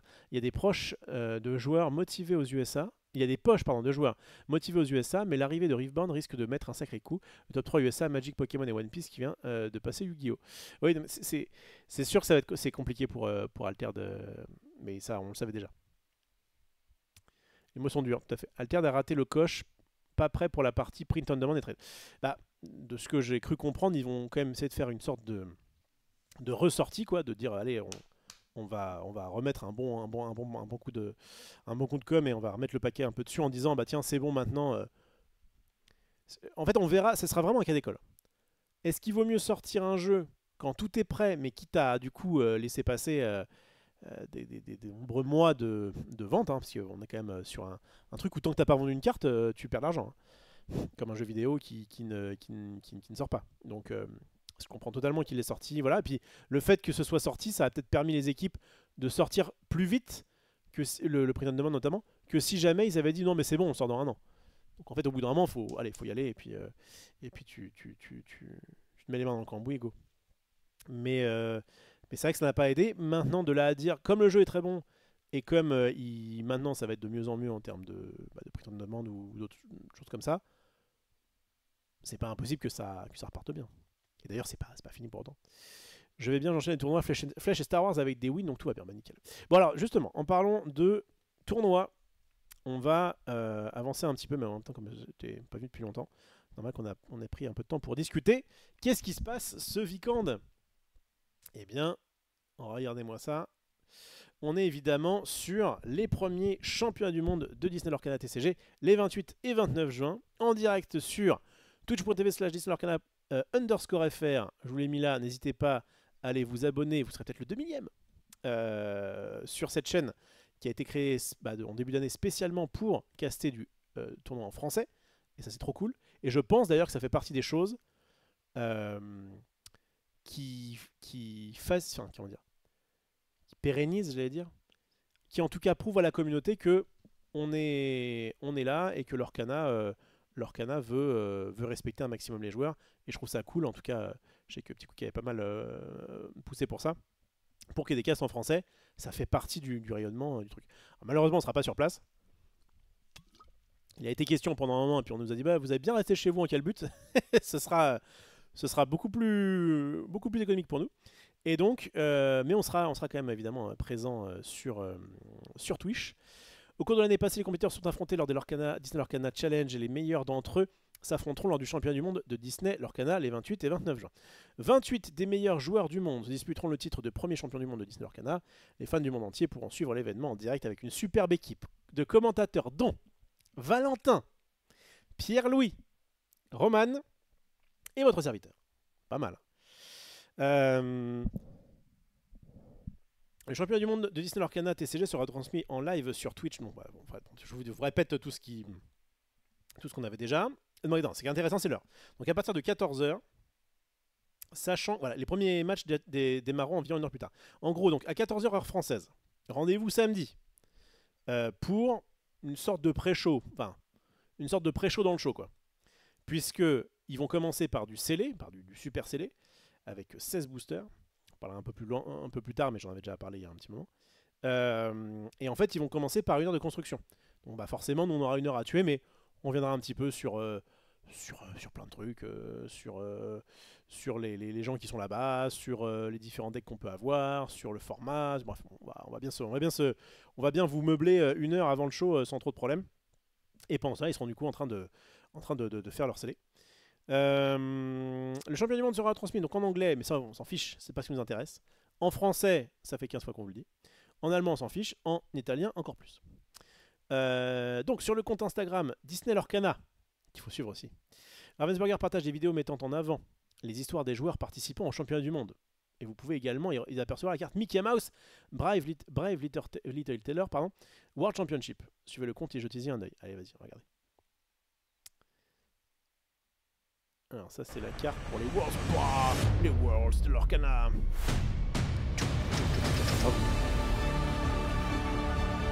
Who will be the first World Champion of Disney Lorcana? Et là on voit le Mickey doré spécial de... Ouais, on l'a vu vite fait. Avec marqué World Championship machin. Super. Je sais pas si... Ouais, c'est Instagram. C'est infâme, mais en tout cas, voilà. Disney Lorcana, c'est le compte, on va dire, officiel, international. Et si vous rajoutez un petit FR, normalement, vous avez... je crois qu'il faut mettre _FR pour avoir le compte en français. Si je ne m'abuse, ma chère Petit Quick. Donc, ça, c'est good. Ensuite... Hop, mince. Tac, tac. Donc c'est super. Vous trouverez ici toutes les informations concernant le planning pour les 2 jours de diffusion du tournoi, le format unique sur lequel les joueurs s'affrontent, ainsi... Oui, format unique dans le sens où il n'est pas seul, mais il est particulier. Ainsi que les prix qu'ils pourront remporter. Planning de diffusion en direct heure française. 14h début du live. 15h lancement du premier match en super scellé. 18h30 pause déjeuner pour les joueurs, les casters sur place joueront. Alors ça, il y a des chances qu'on fasse une pause. Hein. Je vous le dis, il y a des chances que les casters passent sur place, prennent aussi une bonne petite pause. Parce que franchement, voir les casters jouer, surtout que nous, on aura bien le seum parce qu'on aura pu être sur place. Bon, on verra. 19h30, lancement du premier match en triple deck, donc ça va être intéressant. Et vers minuit, fin de la première journée de stream. Le dimanche, tranquille, hein, petite grasse mat et tout, vous êtes peinard. Début du live à 14h pareil, 15h lancement du premier match à élimination directe, parce que donc ce sera le top 8 qui sera lancé le dimanche. 18h30 pause déjeuner pour les joueurs, les castors sur place joueront. Voilà. Les matchs d'élimination directe en triple deck continuent et début de la grande finale vers 22h à 1h du matin, vers 1h du matin, alors ça va vraiment dépendre, mais ce qu'il y a c'est que la grande finale se fait en BO5. Ça peut aller très vite en faisant 3 matchs à sens unique, comme ça peut être évidemment un peu plus lent. Bon, les heures de fin sont forcément approximatives. À noter, les horaires indiqués ci-dessus sont donnés à titre approximatif, voilà, c'est ce que ça raconte, notamment en milieu et fin de journée. Les plans de diffusion, de diffusion est susceptible d'être modifié car il s'agit d'un tournoi en direct et tout peut arriver. C'est fou ça. Des balais, des requins, etc. Le format. Donc, de la ronde 1 à la ronde 3, super scellé. Je recevront les produits suivants. Donc, ils ont 4 boosters de chaque édition depuis le 7.5. Donc, 7.5, 6, 7 et 8. Les joueurs auront 1 heure pour construire un deck scellé de 50 cartes, limité à 3 couleurs d'encre maximum. Le deck sera utilisé pour disputer les 3 premières rondes en BO3, mais en 3 manches évidemment. Donc, ça pour avoir parlé un petit peu avec qui de droit, des gens qui ont testé un petit peu le format notamment, on va quand même retrouver beaucoup les sensations d'un paquet scellé un peu classique, comme on peut avoir notamment dans des avant-premières de l'Orcana ou quoi. Donc ça va, je m'y connais enfin, j'ai pas fait ce format-là. Il y a forcément des petites cartes qu'on va pas forcément connaître parce que ça va être des petites communes unco de certains sets. Mais de manière générale, ça va être plutôt chill à suivre. On aura des batailles de board, on aura voilà, ça va être tranquille, mais c'est pas le main event quoi. Mais ça va être quand même assez cool et de voir un petit peu. Eux en tout cas, ils vont avoir un défi en termes de deck building qui est intéressant parce que normalement les paquets scellés, c'est donc 6 boosters uniquement, mais c'est 40 cartes minimum et on peut jouer toutes les couleurs. Là, le fait de jouer que 3 couleurs, mine de rien, ça limite, et notamment en paquet scellé, ce qui était un peu fort jusqu'à maintenant, c'est les bicolores. Puisque les bicolores ont une contrainte de build en construit qu'ils n'ont pas en scellé. En fait, tu mettais plein de cartes bicolores et tu étais content. Là, il va falloir dire, ah, cette bicolore elle est bien, mais si je la joue, ça veut dire qu'il faut que je joue absolument. Ça me bloque sur deux des 3 couleurs que je dois prendre quoi. Donc voilà, à construire ça va être un peu intéressant à jouer aussi, mais encore une fois je pense que ça va être une bonne mise en bouche. Voilà, ils font 3 rondes comme ça va être cool. Les joueurs sont autorisés à changer des cartes de leur deck entre les manches de chaque match tant qu'ils respectent la combinaison de 3 couleurs d'encre choisies initialement. Intéressant. Les joueurs doivent revenir à leur deck initial après chaque ronde avant le début du match suivant, ce qui est normal puisque ça évite d'avoir à se préparer contre un adversaire en particulier. Ah, je sais qui joue ça, alors je vais mettre ça dans mon deck, machin, parce qu'il est passé à la cam et que je l'ai vu. Enfin. Ok, alors, ça, c'est là où ça va vraiment... les hostilités vont commencer à partir de la ronde 4, puisque donc ce sera du triple deck. Au début de l'événement, les joueurs reçoivent des jetons... Ah, une petite faute là, hein. Et donc, ici là, les joueurs reçoivent des jetons encre double représentant les paires d'encre de leur deck. Les matchs sont joués en decklist ouverte, donc effectivement ils ont 5 minutes au départ pour regarder un peu les listes de l'adversaire, donc ça c'est bien, ça évite les lui il a vu que je jouais ça mais moi j'ai pas eu le temps de voir. Les decklists doivent être fournis au plus tard le 26 juin. Alors, je sais pas pourquoi tu l'as mis en gros, parce qu'il n'y a que 28 man, dont je pense pas grand monde qui va lire en... Bref, enfin bon, ok mettons. Le 28 juin, vous entendez ? Les joueurs ont 5 minutes pour prendre connaissance des 3 decks de l'adversaire. À la fin des 5 minutes, les joueurs présentent à leur adversaire leurs jetons représentant leur paire d'encre. Les joueurs lancent un dé pour déterminer qui commence la première manche. Donc, ils lisent les decks, ils filent leurs jetons aux adversaires, et ils doivent donc avant de déterminer du coup le ban, puisqu'il y en aura un, ils vont savoir qui commence. Ce qui peut déjà jouer sur quel deck je te banne. Puisque donc, chaque joueur sélectionne secrètement face cachée un jeton représentant l'un des decks de son adversaire qu'il devra mettre de côté, puis il le révèle simultanément. Les joueurs rendent ensuite les jetons à leur propriétaire qui choisit secrètement lequel de ces 2 decks restants sera joué lors de la première manche. Les decks sélectionnés sont révélés et la première manche peut commencer. Donc un point là. C'est donc voilà, donc il y a un principe de piqué ban, enfin plutôt de ban, puisque donc tu arrives avec, tu dois avoir au niveau de la construction, je sais pas si ça a dû être redit, mais ouais, ça va peut-être dû être redit. Le fait que ils ne peuvent pas, donc ils doivent arriver avec 3 decks qui ont forcément des couleurs différentes. Donc tu dois prendre les 6 couleurs de l'Orcana et te débrouiller pour faire 3 decks. Par exemple, si tu choisis le violet parce que tu veux jouer violet-vert, et ben du coup tu peux plus jouer violet-rouge. Donc on a vu notamment avec ceux qui se sont entraînés sur ça. C'est pas évident. Alors il y a un, bon, on le redira de toute façon à ce moment-là, mais il y a de toute façon un truc assez logique en ce moment qui serait que tu prends rouge-bleu, tu prends jaune-gris et tu prends violet-vert parce que c'est 3 très bons decks et qu'en plus le format veut que, comme en gros on va t'en bannir un, il faut que tu ça sert à rien de ramener le meilleur deck. En gros, c'est si jamais tu as un deck qui est extrêmement fort, allez, même tu as 2 decks qui sont extrêmement forts, mais tu en as un qui est nul, et ben ils vont forcément toujours te laisser le nul. Et comme le but c'est de valider, donc de gagner avec les 2 decks, ben en fait il vaut mieux avoir, je sais pas moi, en termes de pourcentage de réussite, 3 decks qui sont à 50%, plutôt que 2 decks à 70, un deck à 30. Voilà. En gros, c'est un peu le bail. Et donc, c'est vrai que cette association est la plus intéressante, est la plus logique. Mais il y a plusieurs trucs. Il y a quand même des gens qui vont essayer d'être un peu original. C'est possible. Et il y a des originaux, du coup. Et il y a aussi des versions. Dans bleu-rouge, il y a au moins 2 versions différentes. Dans jaune-gris, il y a au moins 2 versions différentes. Et dans violet-vert, pareil. Donc il y aura quand même. C'est pas parce qu'on voit un miroir, par exemple, que. Parce qu'on va forcément voir, hein, que forcément ce sera pas intéressant et qu'ils seront dans la même liste à la carte près. Au contraire, il peut y avoir pas mal de changements.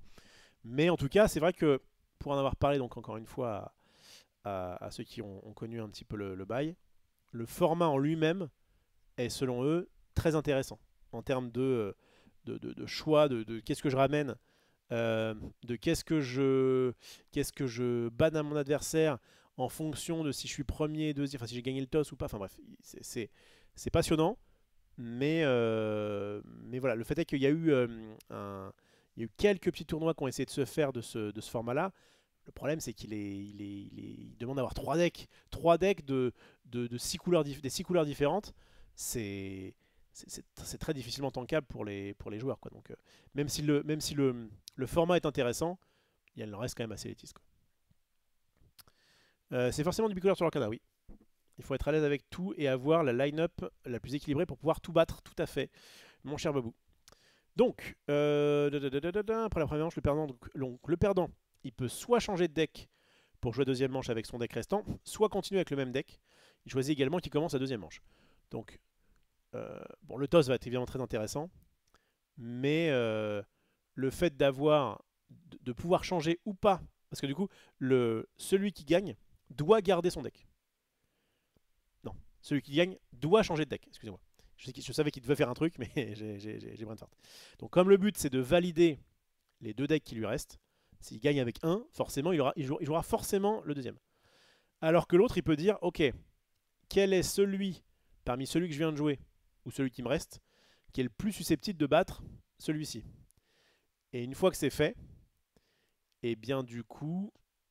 Ah non, parce que du coup il doit forcément jouer l'autre. Mais non, c'est pas ça. Non. Quoi qu'il arrive en fait, ouais, c'est bien qu'on ait ce genre de truc de réflexion avant. En gros, quoi qu'il arrive, il devra jouer ses 2 decks contre le gars. Donc en gros, quel est l'avantage? Oui, ça. L'avantage qu'il y a à dire je change de deck ou pas, c'est qu'en gros, techniquement, celui qui a perdu, il choisit donc lequel de ces 2 decks il va pour affronter l'autre, mais il choisit du coup avec lequel il va commencer à jouer.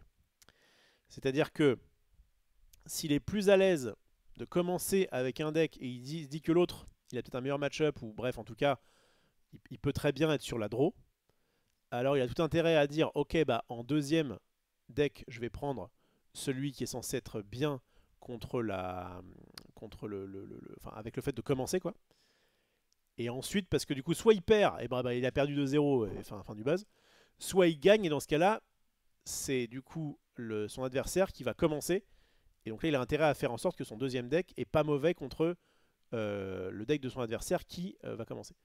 Bon, vous voyez, c'est un peu fouillis, mais on sera bien plus propre samedi et dimanche avec Val et PL pour vous expliquer tout ça. Mais bon, tout ça pour vous dire que il y a quand même un gros mind game intéressant à faire, que ce soit en amont pour savoir quoi ramener, et même pendant, c'est pas juste je prends les deux meilleurs, ou enfin bref, de toute façon, il me met mon badin, peu importe lequel je prends, non.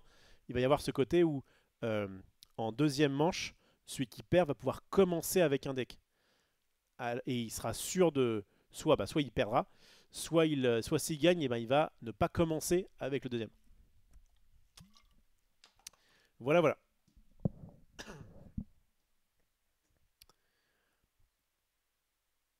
Voilà, la question c'est lequel est le plus sensible au toss, exactement, tout à fait. Donc, nanana, le perdant doit annoncer. Alors, quand même, le perdant doit dire est-ce qu'il change ou pas. Ce qui est en plus un peu logique parce que. Mais ça permet notamment de s'adapter en termes de mulligan à celui qui a gagné. Enfin, les deux sont au courant de ce que l'autre joue avant de faire des mulligans. Voilà, ça c'est évident. Voilà, le joueur qui a remporté la première manche doit gagner avec son deck restant. Celui qui n'a pas été mis de côté au début de la ronde pour remporter la partie. Tout à fait. Si le joueur a perdu la première manche, la seconde, bon, bah, je vous ai déjà dit. Et un joueur remporte la partie s'il gagne une manche avec chacun de ses deux decks non mis de côté. Dimanche 29 juin, élimination directe. Le choix de qui commence la partie est déterminé par le classement des rondes suisses et de la ronde à partir de laquelle un joueur s'est qualifié pour le jour 2. Si deux joueurs se sont qualifiés pour le jour 2 lors de la même ronde, alors il lance un dé pour savoir qui aura le choix. Oui, parce qu'en fait, c'est un peu particulier. C'est que à partir du moment où tu as eu tes 5 victoires, donc je rappelle qu'il y a 7 rondes, dont 4 de construit, 3 de limité sur le jour 1. Et en fait, à partir du moment où tu as tes 5 victoires, donc si mettons tu es à 5-0, il n'y a pas de droit intentionnel machin, c'est juste tu es qualifié. Et si jamais tu es le premier à faire 5-0, alors non seulement tu es qualifié pour le top 8 du lendemain, mais en plus c'est toi qui vas commencer toutes les premières gammes. Enfin, qui va décider. Et si par contre on est deux à faire 5-0 et que donc bah, on arrête de jouer à ce moment-là, et ben ce sera un tirage au sort qui aura lieu le lendemain. Non, oui, why not, why not. Ça, en fait, ça permet aussi de te reposer et de pas avoir de ah mais du coup eux ils voilà. En fait, je crois que ce truc-là permet de dire comme il te faut au moins 5 victoires pour être qualifié. Alors des gens ont calculé, c'est pas impossible qu'à 4 victoires tu gagnes, mais il faut que les astres s'alignent. Mais par contre, c'est sûr qu'à 5-0 tu passes. Et donc ils prennent les 5-0 et ça évite notamment d'avoir justement à dire bah eux ils ont fait droit intentionnel. Comme en fait c'est carré, c'est bah, ok, bah t'as fait tes 5-0, c'est fini. Il n'y a même pas de. En fait, ce qui est bien, c'est que voilà, il peut pas y avoir de frustration. Je sais que les droits intentionnels parfois peuvent créer des frustrations. Bon, à ce niveau-là, ils s'en foutent, hein, ils savent que c'est du pareil au même. Mais au moins, ça ne va pas trop. Voilà, on ne parlera même pas de droit intentionnel. Ce sera juste, bah ok, il est à 5, bien joué à lui. Mais ça veut dire que du coup, il faut gagner au moins un match du scellé. Parce que donc techniquement, ce que je vous ai dit, c'est que si jamais tu arrives et que tu as perdu ton scellé, tes 3 matchs, mettons que tu as eu un scellé horrible. Bon, normalement sur 16 boosters, tu as quand même moyen de faire des trucs. Mais bon, mettons que tu n'as pas eu de chance. Mettons que tes adversaires en ont eu plus que toi et que ça se passe mal. Il y a plein de facteurs, hein. C'est pas parce que un joueur avec un bon scellé peut être dernier et inversement. Hein, mais forcément, tu as plus de chances de faire un bon résultat avec un bon scellé. Et bien si tu fais 0-3 sur le scellé, tu peux quasiment dire adieu à ton jour 2. Ce qui est très difficile, c'est que bah, y a évidemment les gens se sont entraînés, ceux qui sont là-bas, ils se sont entraînés à faire un peu de scellé, mais le truc le plus important, ça reste, parce qu'en plus il y a 4 rondes sur les 7, le construit. Et c'est vraiment c'est le truc un peu culminant, quoi. Mais il faut quand même réussir un peu son scellé, parce que sinon ça peut être dramatique. Donc, et après, en même temps, c'est un championnat du monde. Donc le fait d'être bon un peu à tout, le fait de dire on fait pas que du construit, parce que toute la phase finale se fait en construit, mais on commence par 3 rondes de scellé, et donc il faut pas négliger ça. Et en plus, il faut jouer les 6 couleurs différentes en gros. Et d'ailleurs, je pense à un mec qui est très fort avec un bleu-rouge là, décapé, un Allemand qui a fait des bonnes perfs récemment, et qui bah, du coup va peut-être ramener son bleu-rouge, mais en fait il pourra peut-être jamais le jouer parce qu'il se fera ban. Le seul truc où ça peut fonctionner, c'est bah, d'ailleurs on va pouvoir enchaîner, c'est que donc la grande finale se jouera en format triple deck en BO5, et là pour le coup il n'y a pas Il n'y a pas de ban, quoi, parce qu'ils ont 3 decks. Les joueurs devront utiliser les mêmes decks qu'ils ont choisis au début du tournoi, mais aucun ne sera mis de côté. Pour gagner, les joueurs doivent remporter une manche avec chacun de leurs 3 decks, soit les 6 couleurs d'encre. Voilà, t'es vraiment le king de l'Orcana. Enfin, je trouve que c'est très bien en termes de Worlds, parce que t'as une trentaine de joueurs qui sont évidemment très bons, qui sont qualifiés de façon brillante, et surtout, c'était difficile, quoi.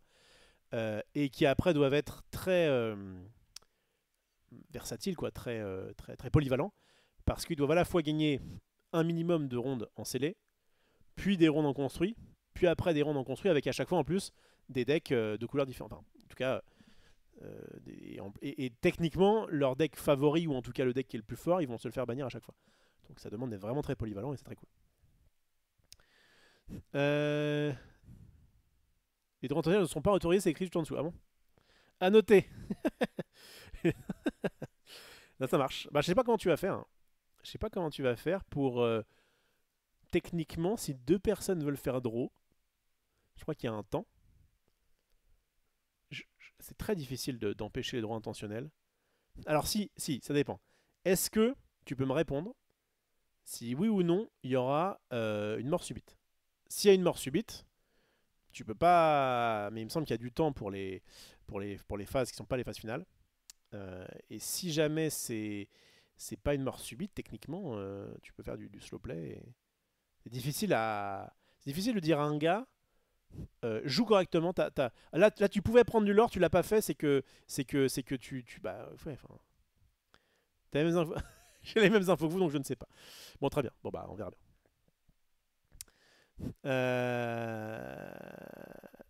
Fallait mettre en gras. Je sais pas pourquoi t'as mis les déclistants. Bah, j'imagine que c'est le truc de base. Attends. Parce que là, franchement, tu sais, on dirait que c'est un truc. Attention, attention les gens. Attends. Mais non, pourquoi tu as mis en gras? Il n'est pas mis en gras, qu'est-ce qu'on s'en fout? il y a 28 pélos qui ont sûrement déjà les infos depuis longtemps. Je sais pas pourquoi t'as fait ça. Bon, ouais, peut-être en UK. C'était le fichier en anglais qui avait ça en gras, je le jure. Bah, en même temps, je peux que te croire. Déjà parce que je te fais une confiance aveugle. Et dans un second temps, parce que je vois pas pourquoi tu l'aurais fait si c'était pas le cas. Mais c'est vrai qu'on a l'impression que c'est. Tu l'as retiré? Ah, tu l'as retiré? Attends. Tu l'as retiré ou pas? Il est où le 28 juin? Ah non. Ah bah non. Ah mais non, je me suis. Attends. Jour 1, attends, je me suis peut-être gouré. C'est au jour 1, parce que j'ai vu 28 juin, je me suis arrêté. Attends. Attends, peut-être que je peux laver ton honneur en public. C'était où? C'est là, je crois. Attends. Decklist.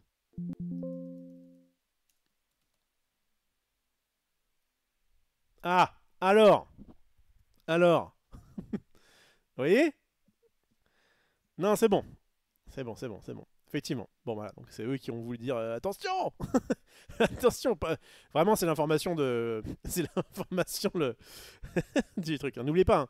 N'oubliez pas de rendre vos listes, tous ceux qui participent, évidemment. Ouf. Ah bah là, t'es pas passé loin. Bon, bah, ça va. Tout va bien. Je vais revenir en français. Hop.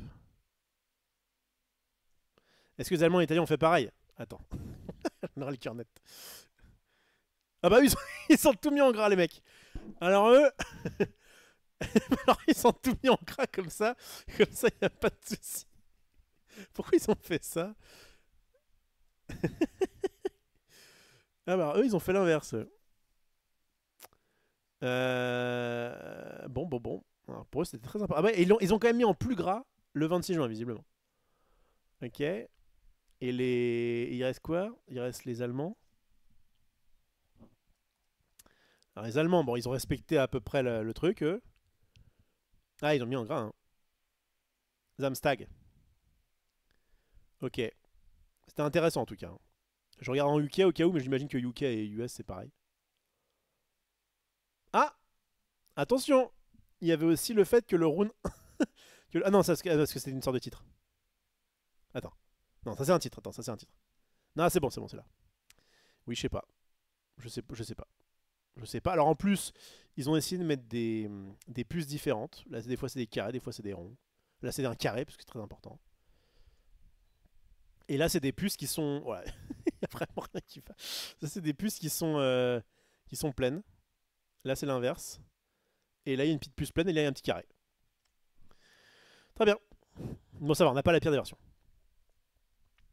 On n'a pas la pire. Alors. Bon, j'en suis où? Donc les tours potentiels sont pas autorisés. Les joueurs sont qualifiés pour le jour 2 dès qu'ils remportent 5 matchs. Dès qu'un joueur est qualifié, il ne joue plus les rondes suisses restantes. Pardon, à l'issue des 7 rondes, s'il n'y a pas un total de 8 joueurs encore qualifiés, alors les joueurs les mieux positionnés dans le classement seront qualifiés pour avoir un total de 8 joueurs qualifiés pour le jour 2. Donc ce sera forcément un top 8 avec donc ouais, soit 5. Mais donc voilà, ça vaut le coup de se battre même si jamais il y a 0-3 en scellé. Le problème c'est qu'en fait, si c'est du classement un peu classique, ce qui évidemment sera le cas, si tu commences avec 0-3, normalement, c'est très mal barré. Hein. Enfin, en termes de goal average, je veux dire, c'est très compliqué. Les joueurs doivent avoir les 6 couleurs d'encre représentées dans leurs 3 decks, sans aucune répétition de couleurs. Il faut maîtriser les 6 encres pour devenir champion du monde. Ah, bah tu l'avais mis. Attention, en français, on colle pas le point d'exclamation. Bref. Par exemple, ils peuvent avoir un deck... Bon, ok, ça va. Les lots du championnat du monde. Alors, les lots, pour 28 joueurs. Il y aura donc une carte promo Challenge Foil A Whole New World qu'on pourra gagner nous. Alors il y a à la base il y a eu des comment dire, il y a eu du changement, mais en fait en gros là je crois que nous ce sera pour les gueux, on pourra le gagner en version non foil fin de l'année. Ils ont parlé de ça pour un événement, mais je sais plus trop lequel. Ils auront une deckbox Ultra Pro Premium. Donc rien que pour ça, ça vaut le coup de venir. Un playmat A Whole New World et des sleeves A Whole New World. Le Whole New World, il est joli hein, avec Aladdin et Jasmine. Puis ils font en même temps. Mais qui sont assez grands. Oh, je vais vous montrer. Attendez. Hop. A Whole New World. L'Orcana 2025. Ouais, c'est celui-là. A Whole New World. Bah, je vais mettre comme ça, ça sera mieux. Hop. Voilà, donc assez classe. Et en plus, une carte iconique qui restera dans les annales, j'ai envie de dire. Donc franchement, c'est propre. Donc voilà, hâte de voir le tapis. Et des sleeves qui vont valoir un peu de thunes. Lot du jour 1. Et en plus, il me semble qu'ils ont un voyage, enfin, ils ont l'hébergement, ils ont le transport, voilà, ils se mettent bien. Après, je rappelle que pour être qualifié, il fallait soit gagner un championnat d'Europe ou championnat nord-américain, soit être premier lors d'un Disney Arcana Challenge où généralement il y avait entre 1000 et 2000 joueurs. Quoi. Donc bon, c'est pas donné à tout le monde. Lot du jour 1, donc une victoire égale une carte promo challenge. Alors attends. Ah, donc en fait, c'est par victoire, ils ont des trucs. Une victoire, ils ont une carte promo challenge foil. Alors ça, on l'a vu ça Cinderella. Ah, mais ça, ah, mais oui, ça, c'est un truc qui existait déjà, ça. La Cinderella foil. Ça existait déjà, ça. Ouais, celle-ci. C'est celle qui était à gagner. Combien ça coûte? Attends, je vais aller sur Card Market.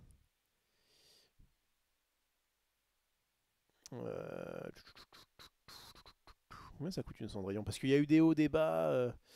Attends, Cinderella.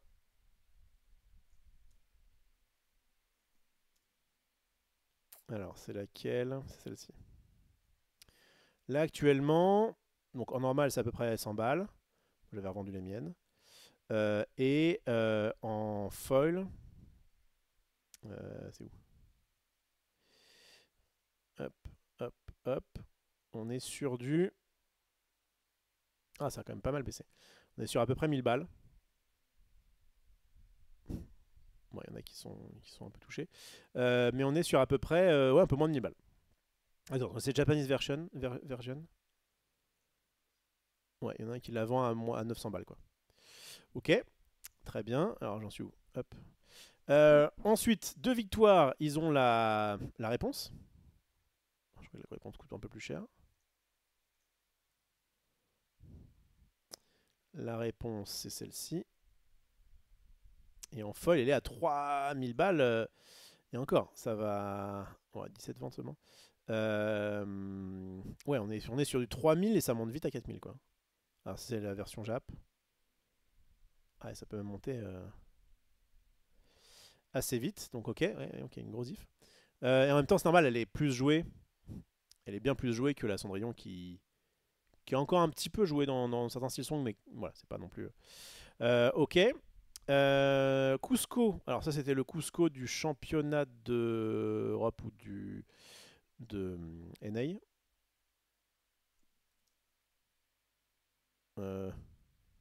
Ça marche pas. Bah. Qu'est-ce que j'écris mal? C'était mal traduit. Alors, c'est lequel? C'est le Cusco. C'est lui. Tempéramental empereur. Pourquoi ça n'a pas marché? Ah! Dis donc! Il y a encore une petite faute. C'est pas tempéramental. C'est tempéramental. Une petite faute. Bon, alors lui, il y en a très peu et c'est aux alentours de 5, ouais, 5-6 000 quoi. PSA 10, alors PSA 10, ça veut dire que la carte qui ne serait pas en PSA 10 aurait peut-être. Ah, ça, je l'ai pas traduit, c'est eux la faute. Ouais. Ah, attendez! Attends. Je peux laver ton honneur en direct. Euh, Tempéramental empereur, attention! Attention! Attention! C'est juste. Mais, t'aurais pu dire attention, il y a une faute. Donc copier-coller. Bon, bref. Donc ça c'est good. Ensuite, qu'est-ce qu'il y a d'autre? Donc ok. Donc Cusco, bon ça coûte encore plus cher. Le Bmax. Alors, le Bmax. C'est celui-là. 12K. Il n'y en a qu'un. Et j'avais touché pour le coup celui-ci au championnat d'Europe par le Belge qui est très sympathique, Sondai, qui en tremblait parce que bah oui forcément c'est une carte qui coûte la peau du sgeg. Donc déjà on se met yimbe. Les cartes ne se vendent pas à ce prix là. Tu peux quasiment diviser le prix par 1.5 ou par 2 pour info qu'un acheteur en ce moment. Ça c'est intéressant Babou, parce qu'effectivement il y a eu une grosse hype Lorcana au départ qui a fait vendre des cartes pour des sommes un peu astronomiques. Là c'est sur Card Market, après il y en a quand même assez peu. Mais en plus, pour des sommes comme ça, c'est pas forcément évident. Il faut trouver l'acheteur, faut faire un deal qui est propre. Donc, bon, je vous montre les prix sur Card Market. Après, effectivement, il y a peut-être moyen de les avoir pas moins cher. Pour info, les Allemands ont corrigé la faute, c'est vrai? Lars a corrigé la faute? Attends. Ah, si Lars fait du meilleur travail que toi. Ah oui. Alors, 1-0 pour Lars. Ça, c'est good. Ok, je vais faire. Bon. Donc, on est bon là-dessus. Donc ça, il faut combien? Donc là, il faut 4 victoires quand même. Donc 4 victoires, tu t'approches. Alors, ce qui est un petit peu quand même consolant, même si bon, c'est que celui qui est, mettons, à 4-3 et qui passe pas, il a quand même... Allez, on va prendre les prix Card Market. Et on va arrondir, ça faisait 1000 plus 4000, 5000, plus 5000, 10 000, plus... allez, on va arrondir à 6000. Ça fait... non, j'ai dit quoi? Bmax, c'était combien? Mince. Je peux le... Ouais, 10 000, allez. Donc ça fait à peu près 20K. Bon, peut-être qu'il les vendra pas 20K, mais bon, en tout cas, t'es quand même content d'être venu, quoi. Et enfin, 5 victoires, tu récupères un autre Wall New War. Alors, Wall New War, j'imagine qu'il est pas sur carte market. Enfin, je sais pas s'ils l'ont créé. Je sais pas s'ils l'ont... Ouais, ils l'ont pas créé. Ok. Il y a eu aucune carte promo de Wall New World? Ouais, je pensais qu'il y aurait eu un petit... Je sais pas, une carte promo. Bref. Lot du jour 2. Donc le gars qui fait 5 victoires regagne en fait un Wall New World. S'il y en a déjà eu un de base. Ça va valoir évidemment une couille, parce qu'il y en aura que du coup. Bah c'est facile, il y en aura 28 plus 8. Et encore, si tu te fais qualifier à 4-3, t'en as pas une, hein, visiblement. Donc c'est quand même pas mal. C'est quand même pas mal, il y en aura 28, 36. 36 différentes, des All New World. En plus, c'est une carte qui est très jouée. Alors, je sais pas si elle sera rééditée en 7-9, mais enfin, ça reste quand même une carte un peu. Les acheteurs sont très souvent américains, cela vient notamment qu'ils gagnent directement de l'argent au lieu de cartes display goodies en remportant les tournois, chose qui est interdite par la loi française. Très bien. Bon, qu'est-ce qu'on disait? Lot du jour 2, donc la carte promo dorée sérialisée Mickey Mouse, donc ça c'est le Mickey. Alors, je sais pas combien, je sais que pendant un moment ça parlait de 20K, ça a dû baisser, non? Combien ça vaut un Mickey doré actuellement? Mickey Mouse, la carte la moins jouée de leur canal en plus, mais bref, c'est iconique. Ouais, 12K. 12K pour un Autrichien. Pas de français, visiblement. Alors pourquoi 200K lui? Lucky CCC, top 3 Borum. Ouais, je sais pas. Ok, ça c'est bon. Donc le top 8 récupère une carte promo. Alors techniquement, est-ce qu'ils l'ont tous eu cette carte promo? Je crois que oui. Hein. Je crois qu'ils l'ont tous eu, il me semble. Hein, parce que quand tu gagnais un... Il fallait faire quoi? Il fallait faire top 4, je crois, d'un Lorcana Challenge. Non, ils l'ont tous eu, je crois.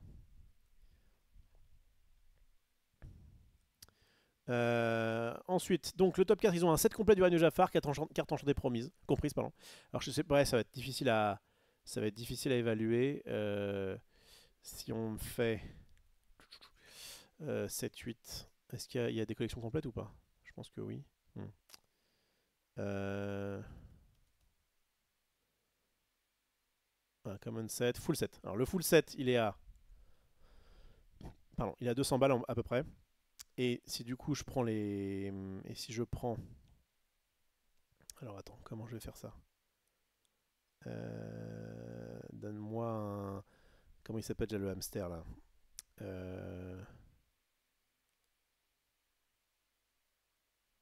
Attends, il cherche une carte du 7-8. Putain, Jafar. Hein. Ok, tac, tac. Rhino. Voilà. Rhino, c'est la carte la plus, c'est la carte la plus populaire du set. Hein. Rhino, suivi de Lady, Passe Olivier là, Monstro, Plan Désespéré, voilà. Donc là, on a en gros les cartes les plus populaires du set. Et moi, ce qui m'intéresse, c'est d'avoir les cartes les plus chères. Et normalement, on devrait avoir les enchantés. Voilà. Et les enchantés, ça va à peu près de 150 à vue de nez à... Oh, l'épée de Shan-Yu. L'épée de Shan-Yu, 35 balles. Bon. Donc en gros, t'as 200 balles. Et t'as combien des enchantés? T'en as 18 ou 16 enchantés? 1, 2, 3, 4, 5, 6, 7, 8, 9, 10, 11, 12, 13, 14, 15, 16, 17, 18. Donc tu as 18 fois, on va faire une moyenne à 60. Allez, on va dire 20 fois 50. 20 fois 50, ça fait 1000 balles. Donc tu as 1000 balles plus 200, 1200 balles. Bon, c'est pas... Du coup, c'est sympa, hein, mais c'est vrai que ça vaut pas, ne serait-ce que la carte. Si ça vaut à peu près, voilà. Le choix entre une réponse... non, pas une réponse. Une Cendrillon pas enchantée, bon, sans promo. Voilà, en gros, est-ce que ce truc-là vaut plus que ça? C'est bon, peut-être que c'est un peu mieux d'avoir quand même le set complet. Mais sinon, on est à peu près sur ces eaux-là. Donc le top 4 est pas non plus trop game changer. Puisque celle-ci, du coup, elle est peut-être pas 20K, mais enfin, on va dire 10K. Sauf que j'ai regardé les enchantés et full set en français, c'est vrai, tu as raison. Tu as raison, ils vont l'avoir en anglais, oui, en plus. Oui. Bon, donc à peu près ça, on est à peu près sur... Donc là, ça montait, ça montait, ça montait. Quand t'es top 8, bah non seulement t'as ce truc-là, qui va valoir, je pense, un bon billet, mais en plus, t'as un autre Mickey Gold, donc à peu près 10 000 balles. Et c'est vrai que quand tu gagnes ton top 8, tu gagnes à peu près 1000 balles, t'es un peu déçu. Enfin, t'es pas déçu, mais voilà, c'est pas forcément ça comment dire, le tour game changer à gagner. Par contre, le top 2, un exemplaire de chaque carte promo challenge de la première année, carte promo du championnat nord-américain, européen et championnat du monde inclus. Un exemplaire de chaque carte promo challenge de la première année. Ah oui, donc, ça en fait. Tout ça, quoi. Oui, c'est ça en fait. T'as encore des trucs comme ça. Et le champion du monde recevra une carte unique sérialisée de 1 sur 1 de Mickey Brave Little Taylor World Championship et le trophée champion du monde. Voilà. Ça, c'est évidemment, ça peut être très très game changer puisque tu as du 1 sur 1, c'est débile. Et puis bon, t'es champion du monde du premier championnat du monde de l'Orcana, c'est quand même assez ouf. Et ça voilà. En gros, j'ai l'impression que voilà, la bulle, bah, ça peut être. Après, le fait que ce soit pour chaque victoire, c'est cool. Même si t'es genre à. En fait, ce qui est cool, c'est que même si t'es à 0,6, bah, tu vas quand même jouer ta septième, ta 7ème manche pour avoir une petite carte en plus, quoi, un petit 1000 balles en plus. Ok, et bah c'était très intéressant. Comme je vous le disais, donc nous on a eu un petit brief là, c'était vraiment très cool de la part notamment de William. C'est Willy Ouf Ouf, je crois, son pseudo, qui nous a fait un petit PowerPoint propre. Enfin, en tout cas, ils sont entraînés avec des gens qui vont au championnat du monde. Je rappelle qu'il y aura quand même 5 francophones, si je ne m'abuse, dont 4 français et un belge. Et je crois qu'il y aura même des Canadiens qui aussi parlent un peu français. Mais bref, on aura de quoi en tout cas être un peu chauvin pour ceux qui sont dans la francophonie. Donc rendez-vous à 14h, samedi, ça va être très cool. Il est assez tard, mais avant de partir, bon du coup c'était plus... bon, on a quand même un peu parlé multi-TCG tout à l'heure, mais je vais revenir sur ceci. Alors, déjà, je m'étais mis des petits onglets. Donc, regardez comme on est beau. Ça, voilà, rien que pour ça, venez. Ensuite, je m'étais remis la chaîne, donc évidemment, n'hésitez pas à les follow. Si ça se trouve, vous ferez autre chose ce jour-là, et vous serez bien content d'avoir une petite notif. Et ce sera évidemment mis en ligne le lundi à la première heure. Non, en tout cas dans la semaine prochaine. Si vous avez raté sur Ravensburger France TCG, pareil, n'hésitez pas à suivre, il y a 860 abonnés pile. N'hésitez pas à aller jusqu'à 1000 pour pouvoir avoir les replays plus facilement. Et donc, je voulais quand même parler de Star Wars parce que, alors que justement, nous on parle donc de ce format construit avec 3 decks, et bien visiblement, en tout cas je tombe sur ça quand je suis allé voir sur Manu, j'ai pas lu ce que c'était, mais ça m'a fait penser justement au format Lorcana. Perso, je suis sur ton stream seulement parce que tu es beau, les cartes je n'y comprends rien. Bah magnifique. Bah écoute, je serai là à peu près une game sur 2, donc malheureusement, il y a des fois où tu ne me verras pas ce week-end. Mais bon, tu reviendras quand je reviens. Et donc voilà. C'est le moment où je pars. Bisous à toi. Merci Petit Quick pour tout. Pour tout ce que tu fais. C'était magnifique. Alors justement, je vais regarder un petit peu ça quand même. Parce que la question c'est... Moi j'aime beaucoup évidemment parler de nouveaux formats, de qu'est-ce qui est intéressant dans le monde du TCG en général. Ça va être dur d'attendre. Bref. En tant que jeu de cartes à collectionner, Star Wars Unlimited propose naturellement plusieurs façons de jouer. Au cours de la première année du jeu, nous avons découvert des formats limités du jeu, le draft et le scellé, le format multijoueur du Twin Sun, et bien sûr le format principal que nous appelons Premier, utilisable aussi bien pour les événements occasionnels que compétitifs. Dès l'année prochaine, nous découvrirons le format Eternal, et oui, parce que du coup il y aura une rotation à Star Wars, qui permet de jouer des parties de type Première en utilisant l'ensemble des cartes des différents sets. Et si on vous disait qu'on a un autre format qui mijote en coulisses, incroyable. Attention avec le fait d'avoir plein de formats différents. Magic, c'est parce que justement il y a énormément de cartes qui font des formats différents. Moi je suis plutôt pour... je dis pas que je suis pour le monoformat, mais je suis pour éviter qu'il y ait trop de formats. Voilà. Ça perd un peu les joueurs, c'est pas ouf. Bienvenue au format trilogie. En même temps, ça marche bien, le format trilogie à Star Wars. Une toute nouvelle façon de jouer à Star Wars Unlimited. Il s'agit d'un format construit pour 2 joueurs, destiné à ceux qui sont impatients de tester leur prouesse en matière de construction de deck et de connaissances stratégiques. Nous avons beaucoup de choses à vous partager, alors plongeons-nous dans le vif du sujet et voyons ce que ce nouveau format a à nous offrir. Je suis tout oui. Un trio de deck. La principale caractéristique du format trilogie vient de son nom. Pour jouer en format trilogie, vous devez construire 3 decks différents. Tiens, ça vous rappelle quelque chose? À la base, ces decks ont la même structure que pour le format première. Chaque deck se compose de 1 leader, une base, un minimum de 50 autres cartes pour la pioche. Cependant, alors que le format première vous limite à un maximum de 3 exemplaires d'une carte donnée, le format trilogie vous limite à un maximum de 3 exemplaires d'une carte donnée sur l'ensemble des 3 decks. Okay. Cela signifie que si vous voulez inclure 3 exemplaires d'ouvrir le feu, bon, okay, on a compris, tu peux en mettre 2 et 1, très bien. Donc, quelle que soit la combinaison retenue, vous ne pouvez posséder que 3 exemplaires d'une même carte sur l'ensemble de vos 3 decks. Alors ça ressemble un petit peu à Magic. Ils avaient fait un format aussi un peu comme ça, où je crois qu'ils avaient fait exactement ça en fait. Je crois que c'était un format... Mais alors tu venais avec tes potes, c'est ça en fait. Là, a priori, c'est fait pour être en duel, mais tu venais avec tes potes, et donc vous étiez 3, et tu pouvais jouer les mêmes couleurs, mais juste tu pouvais pas jouer 4 exemplaires de la même carte dans les 3 decks réunis. Donc ça fait sens. De la même manière, chaque deck doit être construit autour d'une base et d'un leader différent des autres decks. Alors, chaque deck doit être construit autour d'une base, donc base plus leader, différent des 2 autres decks.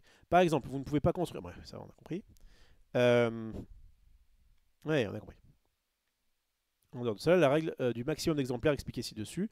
Il n'y a aucune autre restriction sur les leaders. Les bases ou les cartes que vous pouvez inclure dans vos decks, à l'instar du format Eternal. L'ensemble du pool de cartes du jeu est légal en trilogie. Ok. Oh, alors, ça, donc là, la construction qui est cool parce que c'est quand même plus permissif qu'à l'Orcana où c'était, enfin, en tout cas là dans le format des Worlds, où c'était des couleurs différentes. Est-ce que, je pense que ça aurait pu être intéressant que l'Orcana dise, tu ne peux pas avoir plus de 4 exemplaires d'une même carte dans les 3 decks, parce que ça aurait... Des petits malins auraient pu dire, bah je vais quand même me priver d'une couleur. Enfin, il y a une couleur que je peux très bien répéter, parce que j'ai pas spécialement envie de prendre la même chose. J'essaie de trouver des exemples, mais c'est pas évident. En violet, t'as quand même pas mal de bases qui est un petit peu la même. Mais genre un bleu-gris aggro avec un bleu-violet, par exemple, où tu vas surtout utiliser en bleu des cartes de rampe. C'est peut-être pas le meilleur choix, mais voilà, en tout cas, je pense à ça. Peut-être que ça aurait été... En tout cas, c'était un peu plus permissif. C'est forcément plus permissif que de dire tu dois changer de couleur. Ça, c'est sûr. Mais alors, pourquoi ça m'intéresse aussi d'avoir ça? C'est parce que... Enfin, de lire ce genre de truc. C'est parce que nous, on est en train de réfléchir au format, avec un S, aux différents formats qu'on va vous proposer pour le Master TCG, qui aura donc lieu sur la chaîne de Max, je le répète, fin juillet. Et que justement, on avait commencé à parler de format Conquest en disant bah, on ramène 2 decks. Alors il n'y aura pas forcément de ban, parce que bon, flemme de tester des decks qu'on ne va pas jouer. Mais donc tu ramènerais 2 decks et tu dois en valider les deux. Et est-ce que du coup on limite en termes de couleur, ou est-ce que là le fait de limiter en termes de nombre de cartes, je trouve que c'est plutôt intéressant parce que très souvent ça va revenir au même. Mais tu peux tu peux permettre aux joueurs de dire bah, c'est quoi, si tu t'arranges un petit peu, tu peux très bien jouer 2 fois les mêmes couleurs, quoi. Ce qui me semble pas trop mal. Donc lorsque vous asseyez pour jouer un match en trilogie, tout juste avant de commencer la première partie, vous et votre adversaire résolvez une phase de bannissement. Donc, vraiment, on est là-dessus. Lors de cette phase de bannissement, chaque joueur présente à son adversaire ses 3 paires leaders base. Celui-ci choisit secrètement l'une de ses paires à bannir. Vous révélez alors simultanément vos choix et les decks choisis sont mis de côté et impossibles pour toute la durée du match. C'est vraiment la même chose. Après ça, chaque joueur choisit secrètement parmi ses 2 decks restants celui avec lequel il va jouer. Ceux-ci sont ensuite révélés simultanément. La première partie du match peut commencer en jouant avec le deck choisi. Ils te disent quand est-ce qu'ils font le toss ou pas?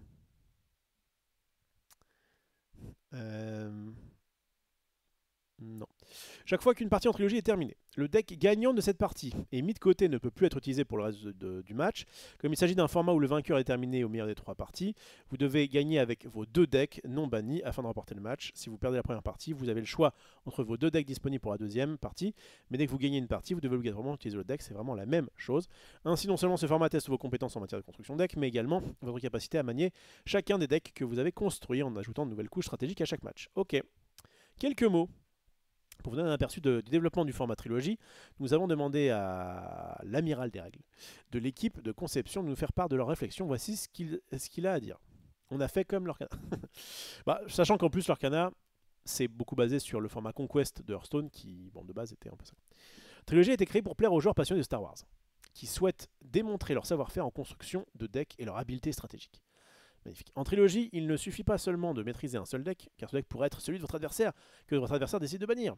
Au lieu d'être maître d'un seul deck, les joueurs devront faire preuve de souplesse et savoir comment jouer chacun de leurs decks dans différentes situations de jeu s'ils veulent remporter la victoire. De plus, cela permet aux joueurs chevronnés qui voudraient jouer de nouveaux decks de bannir le deck de leur adversaire qu'ils aiment le moins, afin de ne pas être obligés de jouer contre un deck. Trilogie est ce format qui vous permet de ne jamais jouer contre un leader Sabine plus laboratoire de conversion d'énergie si vous ne le souhaitez pas. Le fameux basset deck que j'avais joué il y a longtemps.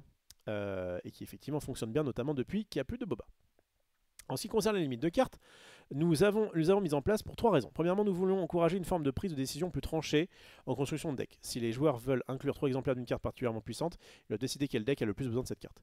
Peut-être est-il préférable d'en utiliser une dans chaque deck, mais peut-être est-il préférable de les mettre toutes les 3 dans un seul deck.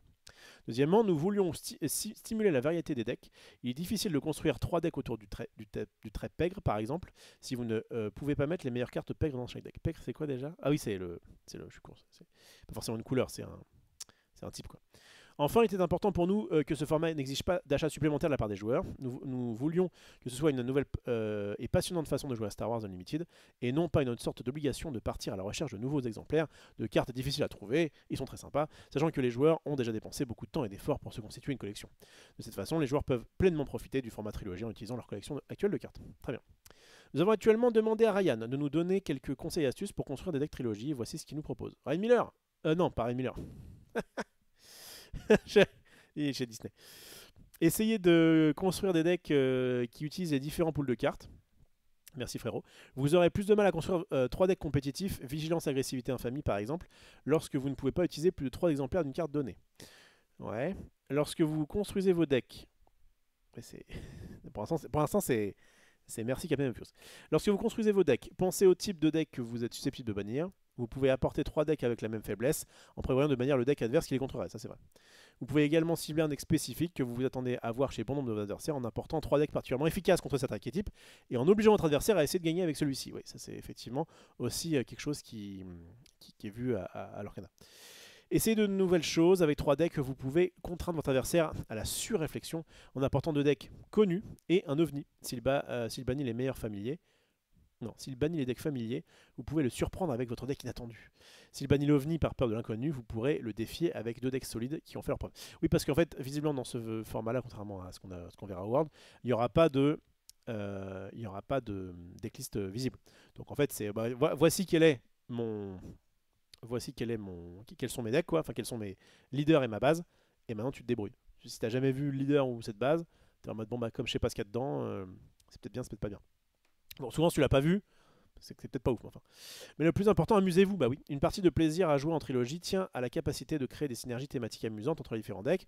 Serez-vous le joueur qui apporte 3 decks Han Solo différents, ou peut-être amenez-vous Luke Skywalker, Dark Vador et l'Empereur Palpatine pour une confrontation sur le thème de la salle du trône, mélangé et associé à votre guise. Ryan travaille déjà d'arrache-pied à la finalisation des règles officielles du format trilogie, que vous pourrez lire dans les mois à venir dans le cadre d'une mise à jour du compendium des règles. Impeccable.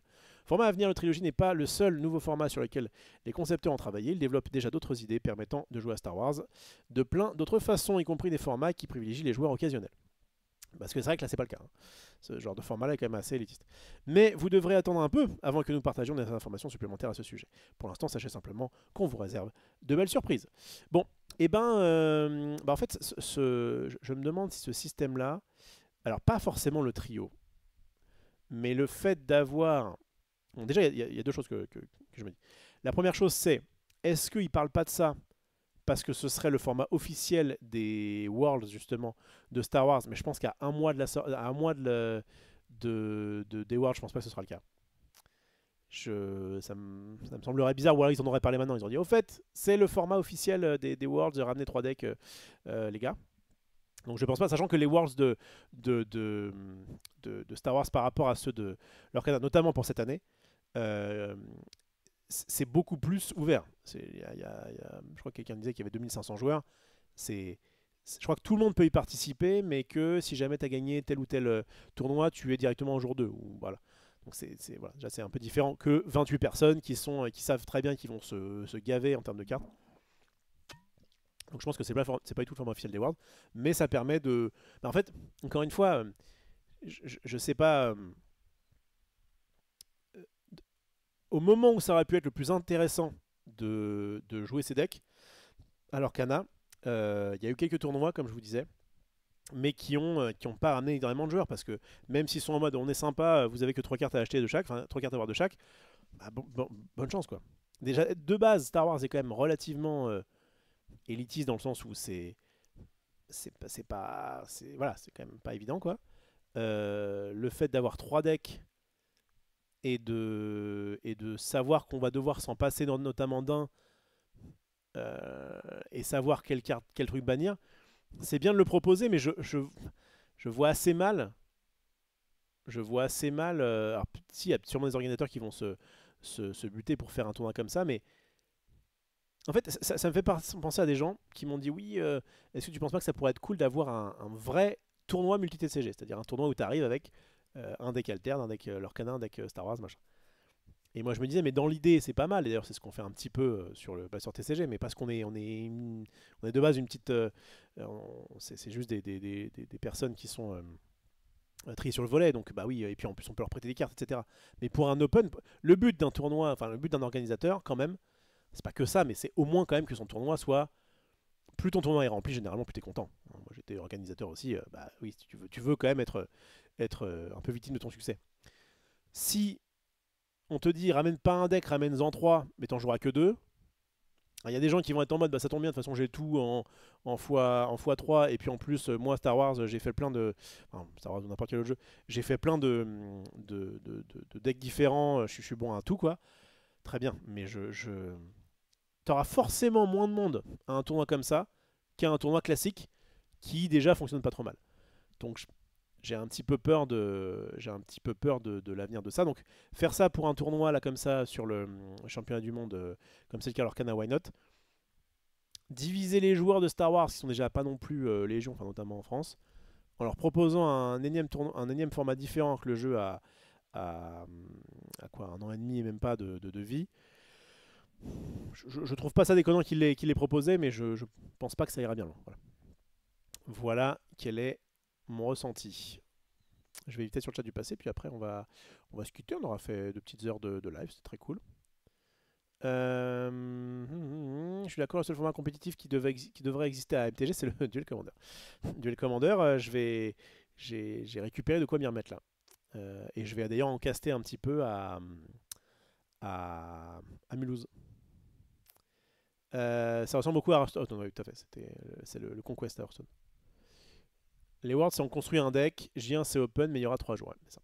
Non, ça m'étonne pas. Ça m'étonne pas, de toute façon c'est un open, et puis tu peux pas un mois avant dire... Je ressens enthousiaste de ce format, mais il demande la plupart que les cartes suspendues en premier le soient également en trilogie. Ah, parce que c'est pas le cas? Ah, c'est pas le cas. Actuellement, tu peux du coup tout jouer? Ok. Mais voilà, ça réduit la niche, je trouve. C'est encore plus... Ok, d'accord. Bon. Donc on va avoir quoi? Un Boba, un Sabine et... Ouais, bon, je suis pas assez calé dans Star Wars pour piffer un truc, mais bref. Comme en Eternal, ok. Et du coup, comme l'Eternal n'est pas encore là, bon, je sais pas. Bref, mes petits amis, c'était très cool. Quand est-ce qu'on se revoit? Peut-être demain. Peut-être demain, vers 21h, si je suis dispo en vrai. Il y a des chances que je sois là demain. Et on se voit quoi qu'il arrive. Non, enfin, quoi qu'il arrive. Il y a de très fortes chances que jeudi soir, je sois chez Max pour vous proposer donc, bah, une petite émission qui reviendra un petit peu sur ce genre de petites news. Quoi. On parlera, je pense, de format A3 deck pour nous dire ce que vous en pensez. Et puis d'ailleurs, n'hésitez pas à me dire d'ailleurs en commentaire si vous êtes arrivé jusque-là dans cette vidéo, à me dire ce que vous pensez de ce genre de format où il faut ramener 3 decks. Moi, je vous le dis, je trouve que c'est pas une mauvaise proposition. Mais ce qui m'intéresse dans un jeu de cartes, c'est qu'il y a quand même beaucoup de gens qui jouent au format auquel je joue. Et là, pour le coup, ça resserre les cartes. Bref, si tu as une minute, promis pas plus, j'ai un truc à te voir en 2 secondes. Ça marche, Gilles. Bah, écoute, je t'appelle dès que je quitte. Et je vais quitter maintenant. Donc voilà, donc peut-être à demain soir. Normalement jeudi soir chez Max. Vendredi soir, je serai sûrement là aussi. En vrai, ça va être une semaine plutôt light en termes de soirée. Donc il y a des chances que je sois là aussi vendredi soir pour justement préparer le lendemain. Voir un petit peu les différents decks, parce qu'on n'a pas parlé vraiment des decks qu'il pourrait y avoir pour les Worlds. Et par contre, évidemment, samedi et dimanche soir, je serai sur la chaîne Disney Lorcana _FR. Merci à toutes et à tous d'avoir suivi ce live. Pas trop de live, faut pas qu'on s'habitue. Ouais, mollo.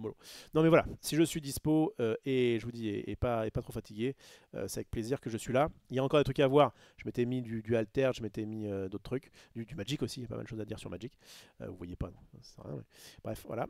Donc il y a pas mal de choses à dire sur le TCG en ce moment.